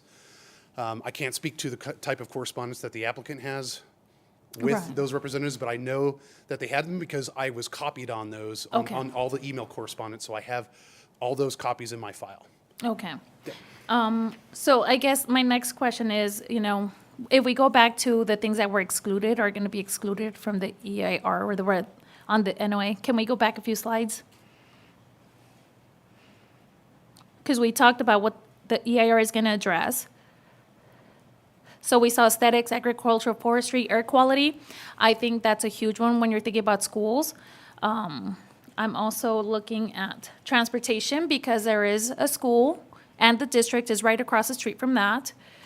So I appreciate that that was an initial conversation with the district to kind of mitigate some of that traffic because Webster would be a good access point, but Webster also has Lowe's and it has a lot of traffic coming up north as well. I travel that area a lot. So if we go to the next slide, you see that these factors will not be analyzed. Public services is a really big deal because they're right across the street from a school and a district. So I would like to know why that wasn't included or how we can get it included. Okay. Again, I'll leave that up to the EIR consultant to discuss that. Okay, and if we could go back again, when we're looking at, and I know from living in the area that water quality is also a very, very big deal. I know that our district is looking into the water quality of that the students are drinking. They've invested a lot of money to have filtration systems at every single site. But it would be detrimental to the district if we're contaminating the water quality even more. It's not healthy for our students and, so I guess focusing on the air quality between the way it was zoned originally, not only with the amount of passenger vehicles, but big rig vehicle emissions compared to if it were still a business professional office, what that amount would be, as well as a commercial section as it stands compared to what it's going to be now. Especially we could focus the air quality studies, and I also I see the noise one. If we can really focus those noise studies coming from the school and not from the line of the end of the building. I want the noise study to take place, to the school boundaries or within the school even, just because I know how loud it can get. Understood. Thank you. Okay. Commissioner Hammond, a question I would like to ask is, when this project returns to us for approval, if staff can provide us a list of potential spaces or occupancies that will be lost due to the BPO being changed to commercial, and whether and how that will affect the future of that front commercial zone that will be utilized in the front, because we're losing the BPO and change it to industrial.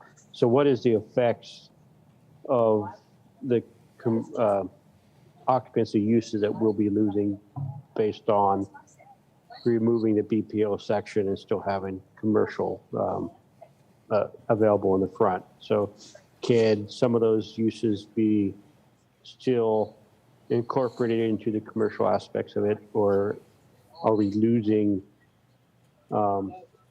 some occupancies types because we no longer have BPO? Okay. Okay. I hope that's a good rhetorical question that that can be answered for the attorney. Okay. Yeah, that makes sense. Thank you. I have some points of issue that might help Commissioner Gomez out, because I'm used to doing the EIR stuff. So because you're doing EIR, I'm only going to focus on what I'm looking at here.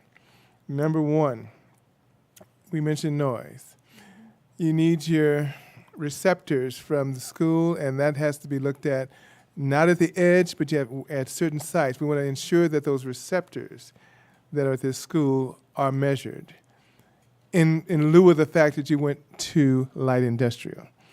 Number two, because in the business plan, so BPO, this is just being here a long time, 2 BPOs, if you have an alternative in the EIR, which you're required to do incidentally, an alternative, if this was BPO, this would be the VMTs for BPOs as opposed to industrial, which it could be 24/7. You're looking at VMTs for truck traffic versus BPOs for office. That's what you should be studying. And that should already be the first thing coming out of environmental person's mouth. That's what I'm looking at. You're changing from BPO. So yes, you can talk about VMTs, you can talk about traffic, you can also talk about air pollution. It's going to be different with SC, whatever that Southern California quality. It's going to be different with BPO versus industrial. That's what we need to see. Am I making it very clear now? So I'm kind of Absolutely bringing their stuff together because I've just heard this so many years. One of the things too, with transportation, if this is going to be 24/7, we don't know if it's 24/7. You're talking 95% self-fulfillment. I do read this stuff. 5% cold storage. Yes. Okay. If it's fulfillment type center, then that's a different thing to study and look at versus just your standard typical. So you're saying 95% of this may be fulfillment center. That's going to be 24/7 possibility. Amazon being one. So that truck traffic and that air quality is going to be different than if you just had this BPO, and commercial.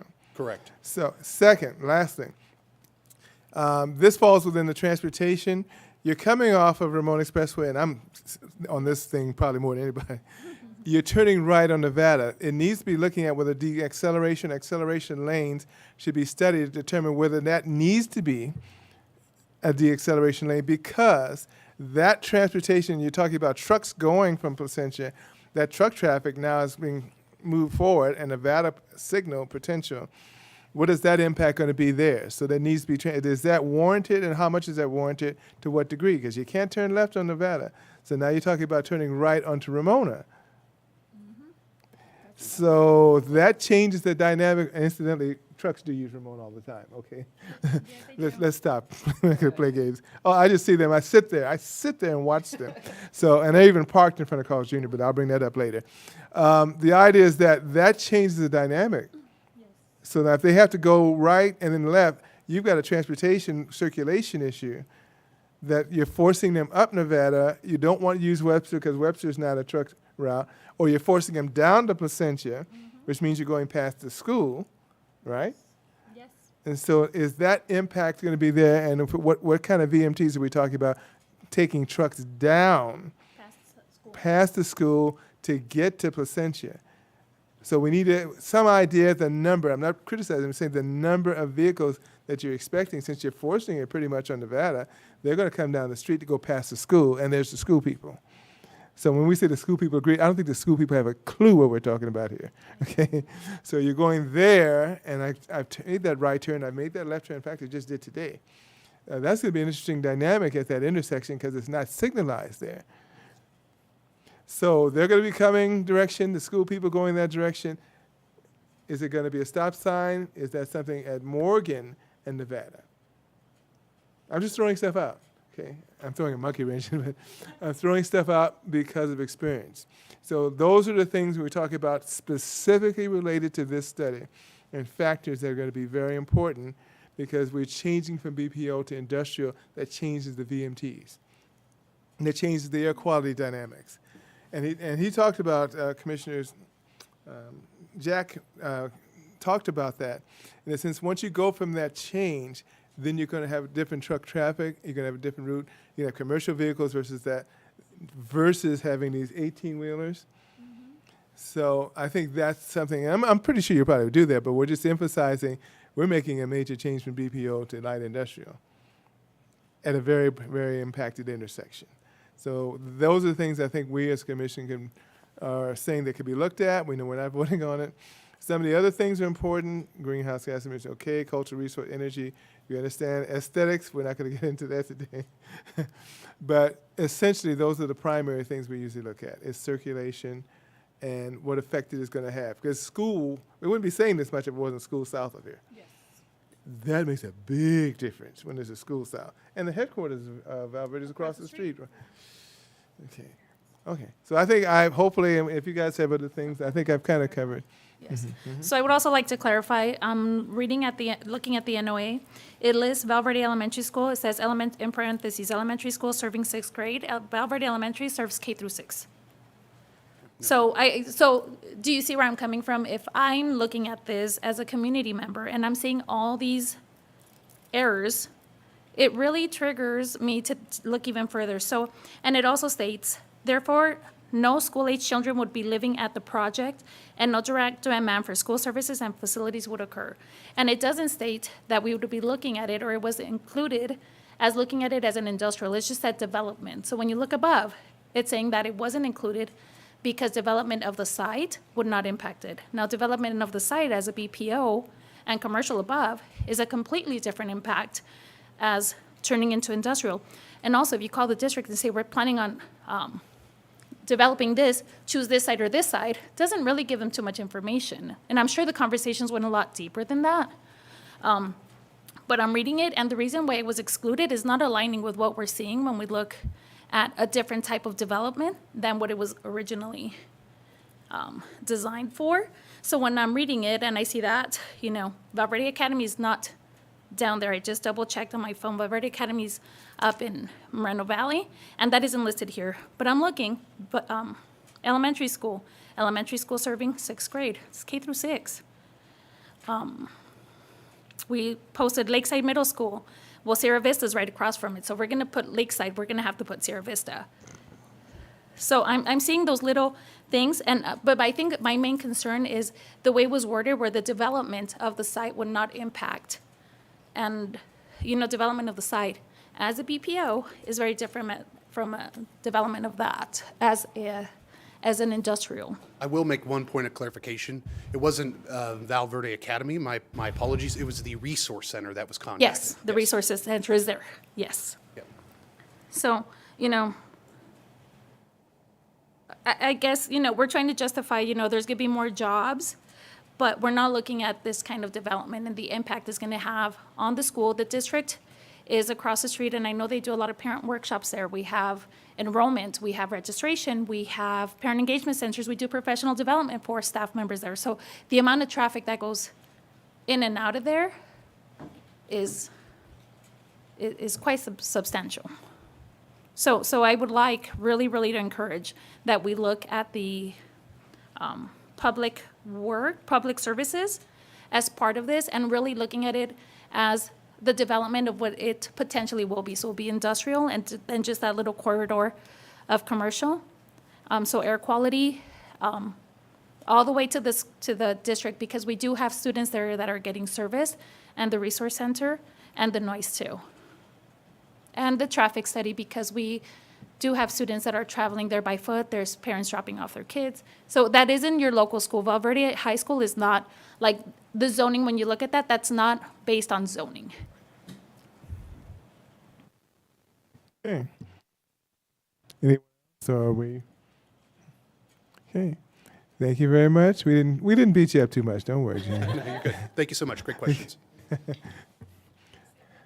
Well, at this time, I'm not sure if the applicant is here.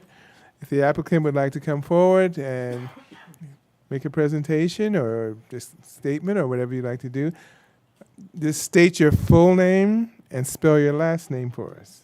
Yes, sir.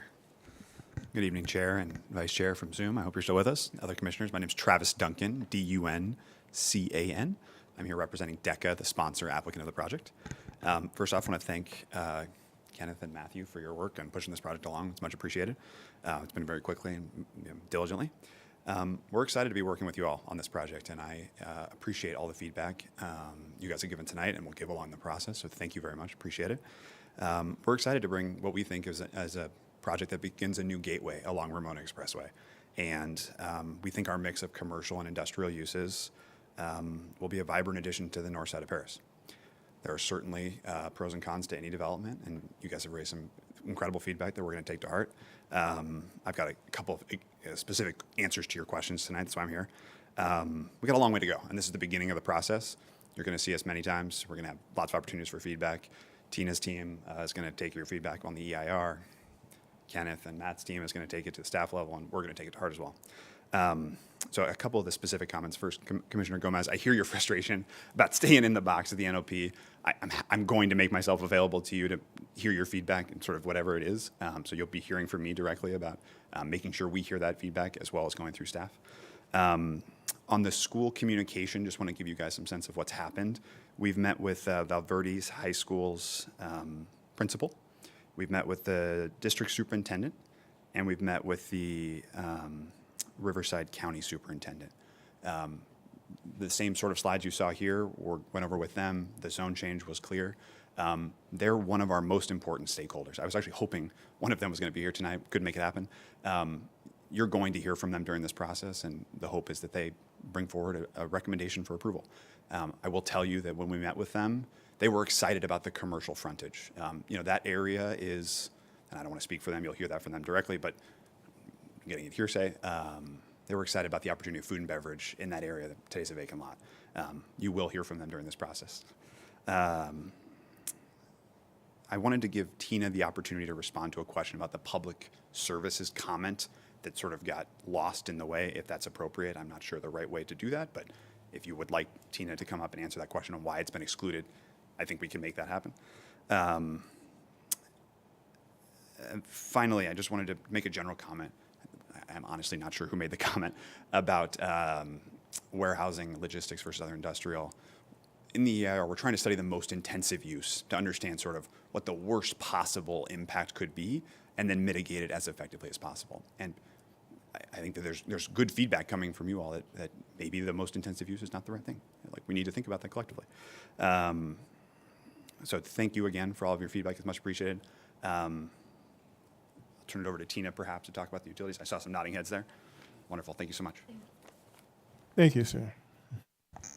Thank you. What I wanted to clarify, the public service section in the EIR looks at the demand for those services. So in the public service section where we look at schools, that's where we specifically say, would this project generate new students that would put additional demands on the capacity of the schools?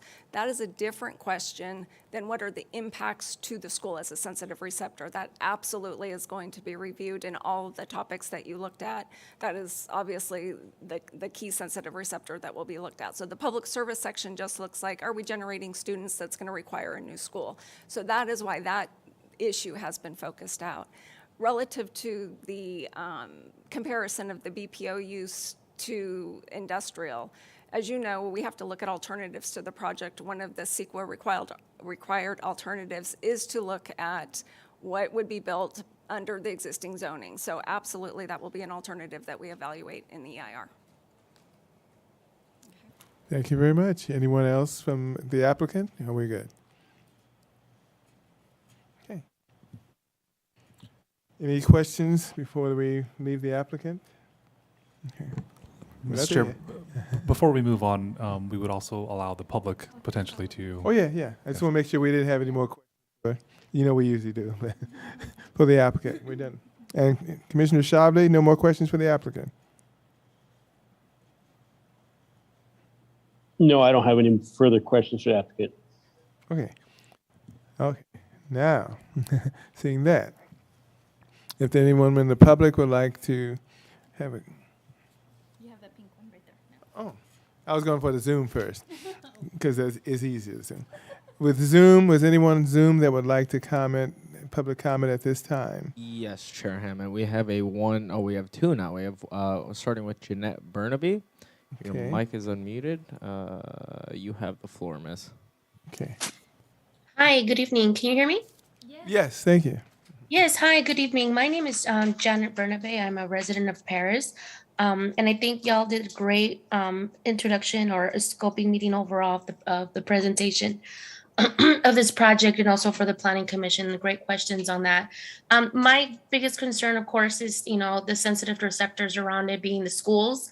My daughter and my nieces attended the Valverde Unified School District, which is also Valverde Elementary School. And then I do have a couple of friends, kids that attended the Valverde High School. So one of the biggest concerns for me is our students, knowing the fact that it's so close to the schools itself, knowing that not just the traffic, the noise, but the additional pollution is going to be added to that area.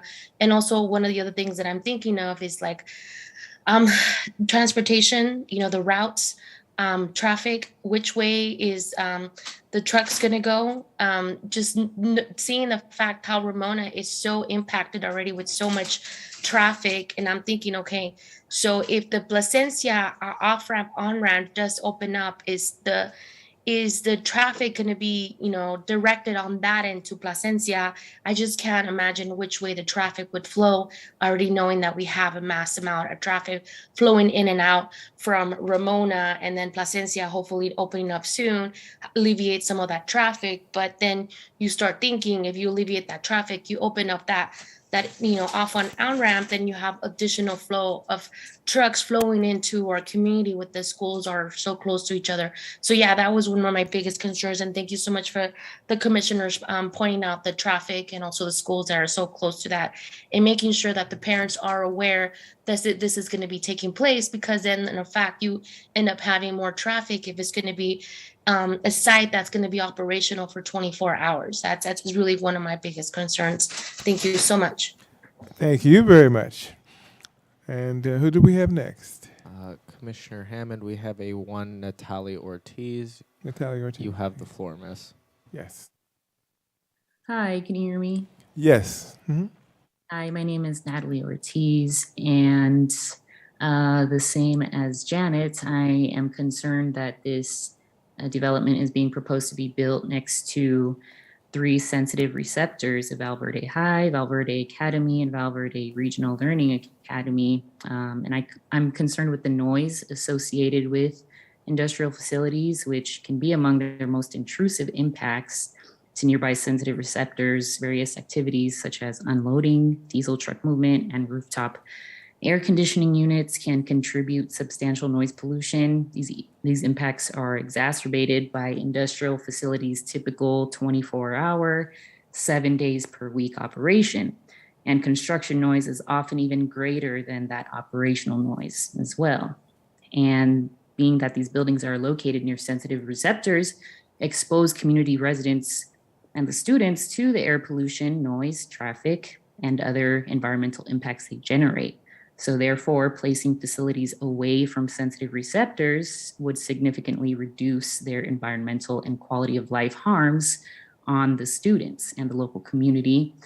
So the most important consideration when planning this type of development is its location, and developers should always employ best practices, and one of those being, per the California Air Resource Board guidance, siting industrial facilities so that their property lines are at least 1,000 feet from the property lines of the nearest sensitive receptors. And this proposed project site is less than 20 feet away from the sensitive receptors. And the two southern entrances for the passenger vehicles, although facing east and west, are on the most southern corners of the proposed site, which sit nearing that range of 20 feet away from that school. So I'm very concerned about the noise and the traffic that remains 20 feet away from these three sensitive receptors. Thank you. Thank you very much. Is anyone else on Zoom? No, sir, Commissioner Hammond. Okay, we have a member of the public, Mr. Alex Madrid. If you would come forward. I have your name, so we don't have to worry about spelling it. I do have it. All right, thank you. Good evening, Chair, Planning Commission. My name is Alex Madrid. I'm a member of the Southwest Regional Carpenters Union. As a union member, we are not only concerned with the health and the well-being of the community, but that our skilled laborers as well. Our members live and work in Paris, and like all other residents, we want to ensure that our environment is protected. We want to thank the developer, DECA, for taking the time to create an EIR and study the economic impact this project will have on the community. We also want to thank the developer for choosing local labor and helping to keep our members employed and live better lives. I'm thrilled to see the retail come to North Paris and look forward to seeing the development unfold. Thank you for your time. Thank you very much, sir. Is there any other member of the public who would like to speak on this item? If you would state your full name and spell your last name for us, for the record. Very well. Bill Quisenberry, Quisenberry. I'm a member of LIUNA, Labor's International Union of North America, and I realize, standing at this podium, there should be environmental concerns addressed. I'm just going to take a little time not to allude to that fact at all. I'm here representing the Southern California District Council of Laborers, 30,000 members here in Southern California, 12 counties, Arizona, New Mexico. For Riverside County, we have 6,000 members. And offhand, I know we have a fairly large number of residents here in Paris that are LIUNA members. But I just wanted to say, normally we go to these meetings to where there's a project up for review and vote. But I'm here tonight just to say, had an opportunity to meet with the applicant. Things look encouraging. And we hope that those things follow through, and we're here in a few months to ask for your support for the project, and then hopefully at the city council meeting have this project approved. Thank you very much. Hey, thank you very much. Any other member of the public? Okay, so there's no one on Zoom and there's no one out here. Okay. And since we're not voting, it's basically it. Thank you very much. Thank you for the applicant. Thank you for the comments. Thank you for those on Zoom for commenting, being patient. Thank you for Ryan for staying awake. And thank you, staff. And I think we pretty much, and thank you for the staff, because I know we gave you a lot today. I know we really do. But we always do, so it's nothing new. Okay. We do this to everybody, so don't think you're just being picked on today. Okay. Feel special. Yeah, no. Okay.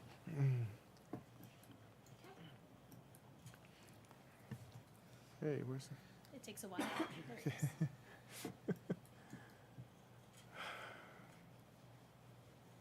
Okay. Okay. And with that, we move to item 8, business item. I can't imagine. Surprise me one day, okay. And to item 9, public comments. And this goes for Zoom. Anyone who wishes to address the Planning Commission regarding items not on the agenda may do so at this time. Please walk up to the podium and wait for the chairperson to recognize you. Speak clearly, give your name, spell your last name, never mind the address, for accurate recording of the minutes. And each speaker will be given 3 minutes. And if anyone's on Zoom, I'm not sure they are, just let me know at this time. No, sir. Okay, thank you. And thank you, IT, for being there too. And anyone in the audience on those items not on the agenda? Okay. Okay. We close the public comment portion and move on to commission members' announcements or reports. And even Commissioner Shively, since we're not there, you can go first if you want.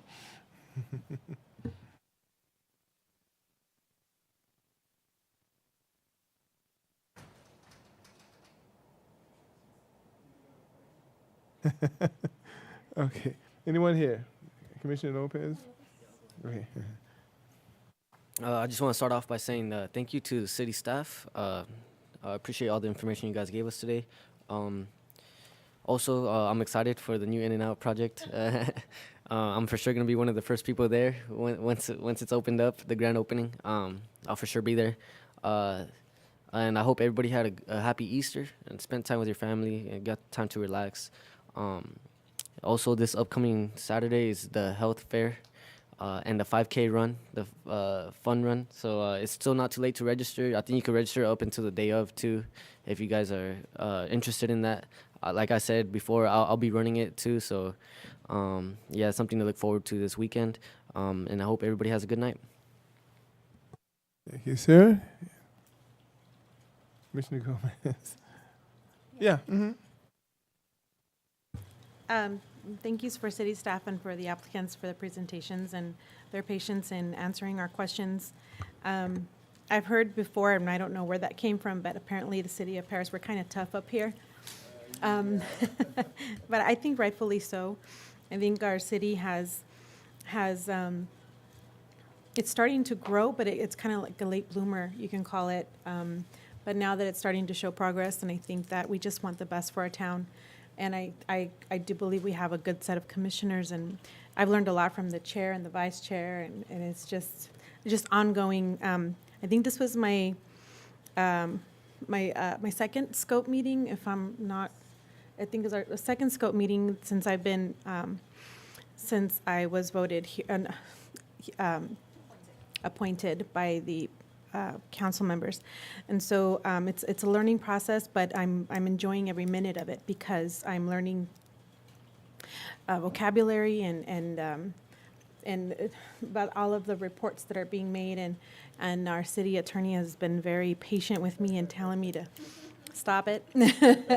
But I do appreciate it. It's definitely a good learning curve. I hope everyone had a great holiday weekend.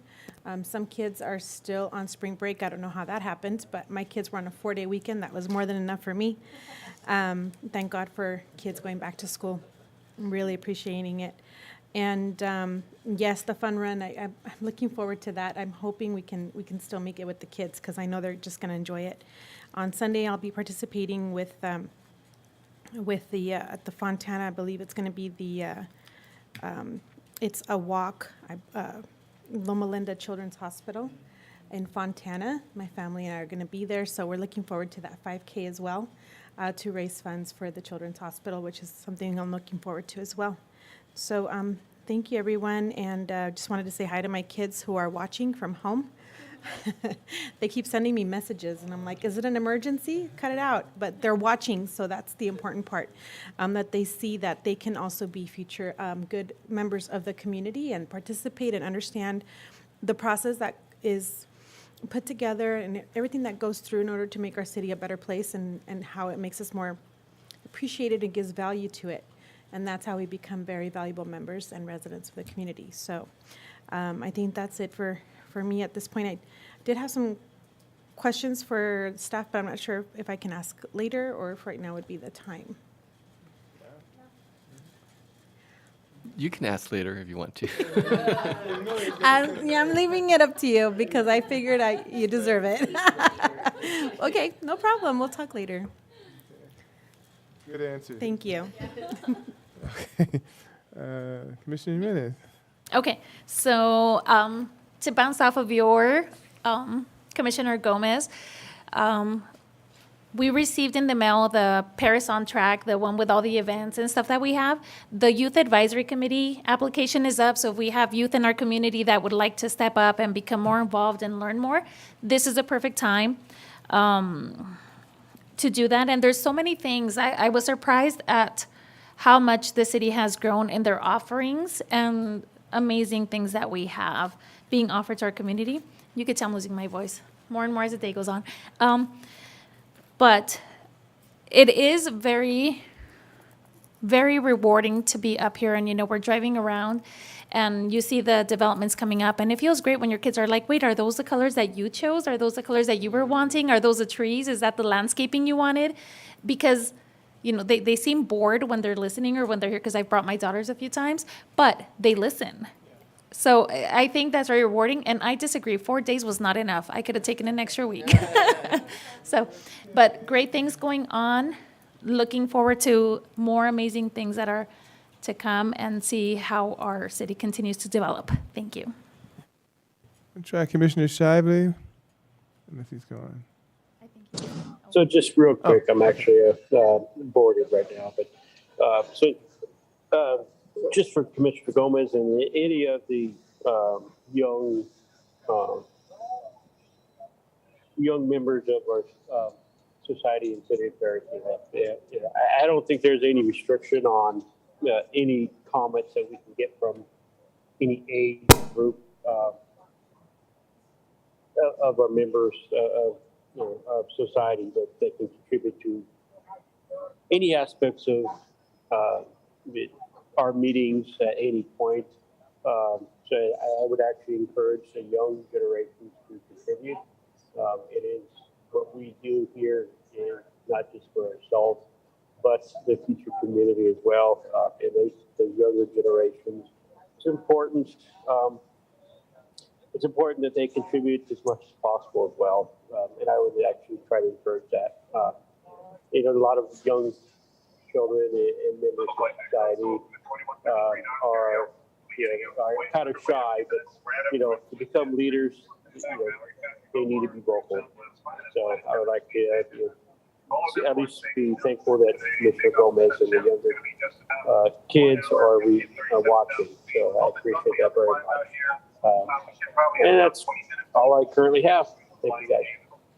Hey, thank you. I'll be very brief before we get on to Kenneth. 3 things I point out, and this is what happens when you have a lot of time. Number 1, this is a code enforcement thing / footwear truck routes. On Ramona Expressway, right in front of the Carl's Jr., 3 trucks are just sitting right there.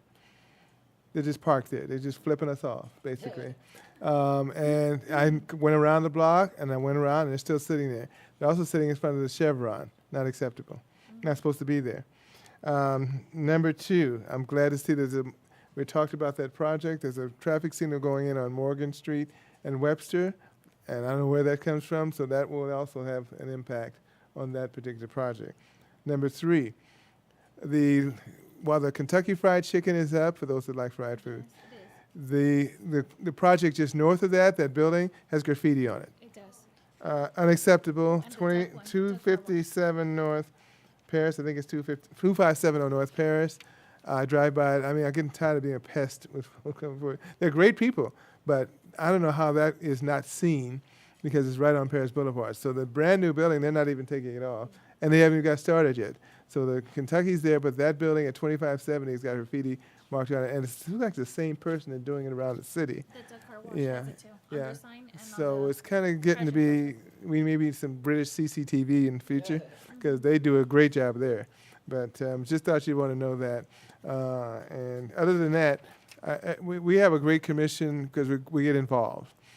To me, when a commission is not asking questions and doing that rubber stamping, go home. Okay? When you have a commission that's involved and cares enough about their city to ask the detailed question, it's because we love this city. And so any project, we try to make it the best project we can make it. We're not physically building it, we're not physically doing it, but we want it to be the best. And we see the results in the city. You look at the buildings, you look at the architecture, that's what makes this city better because we insist on it. So when we send something to the council, we want it to be as right as we can be. So I appreciate it. And thank you. There's a lot of events Kenneth is going to talk about May 4th. Kenneth is going to talk about May 19th, State of the City, all this other stuff that's going on, the award. But I'll leave that to him. But thank you, members, for being so actively involved. Jack, you can go to sleep now. Okay. He's at the airport. But we really appreciate it. And thank you to our city attorney.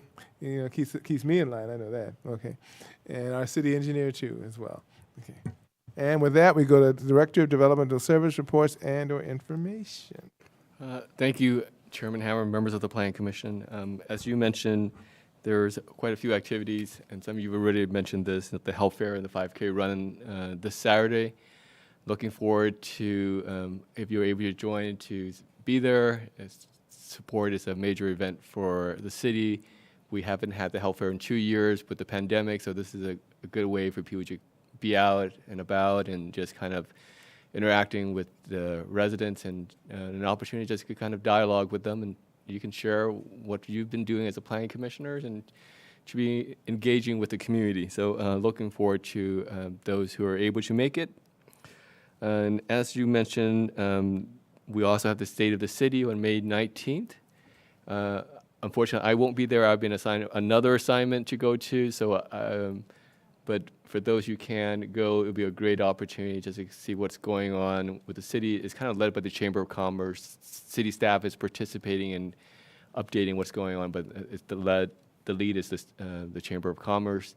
It'll be at the Paris Fairground, so it would be a great opportunity. Again, the pandemic, things are slowing down, another opportunity just to kind of see big picture what's going on with the city. And the other thing is, as you know, you got an email, with the city getting awarded for excellence in comprehensive planning for the Green Valley specific plan, and you were directly involved in that planning and having that community start construction. It's a testament to your effort in making decisions that benefit and promote residential growth in the community. And so on May 4th, which would be our typical planning commission, we kind of shifted some projects so that we can, you can attend the meeting and I can attend the meeting, and so that we can recognize the effort that we made as a team to bring forth really high quality projects in the city. And so just kind of plan your calendar around May 4th, and May 18th we'll go back to our Planning Commission meeting, and it'll be back to our work again. So, and we always appreciate all your efforts and commitment to making projects better and asking us tough questions and and giving us directions for future projects. So I appreciate that. Hopefully you have a good evening and get some rest for your work day tomorrow and for this weekend. Thank you very much, sir. And we do appreciate you. We didn't want to not mention you. You're about 3 hats now, right? Or is it 4? But anyway, with that, and thank you, Ryan. And IT, if they're still there. They're really, yeah. See. Oh, yeah. You see the, oh, hi. There you go. She greeted me when I came in, so joyful and happy, and I'm like, oh. But anyway, with that, it's time for adjournment. And unless there's some objection to adjournment, we shall all leave, and we don't need to have names. Just put anything down. Okay, thank you.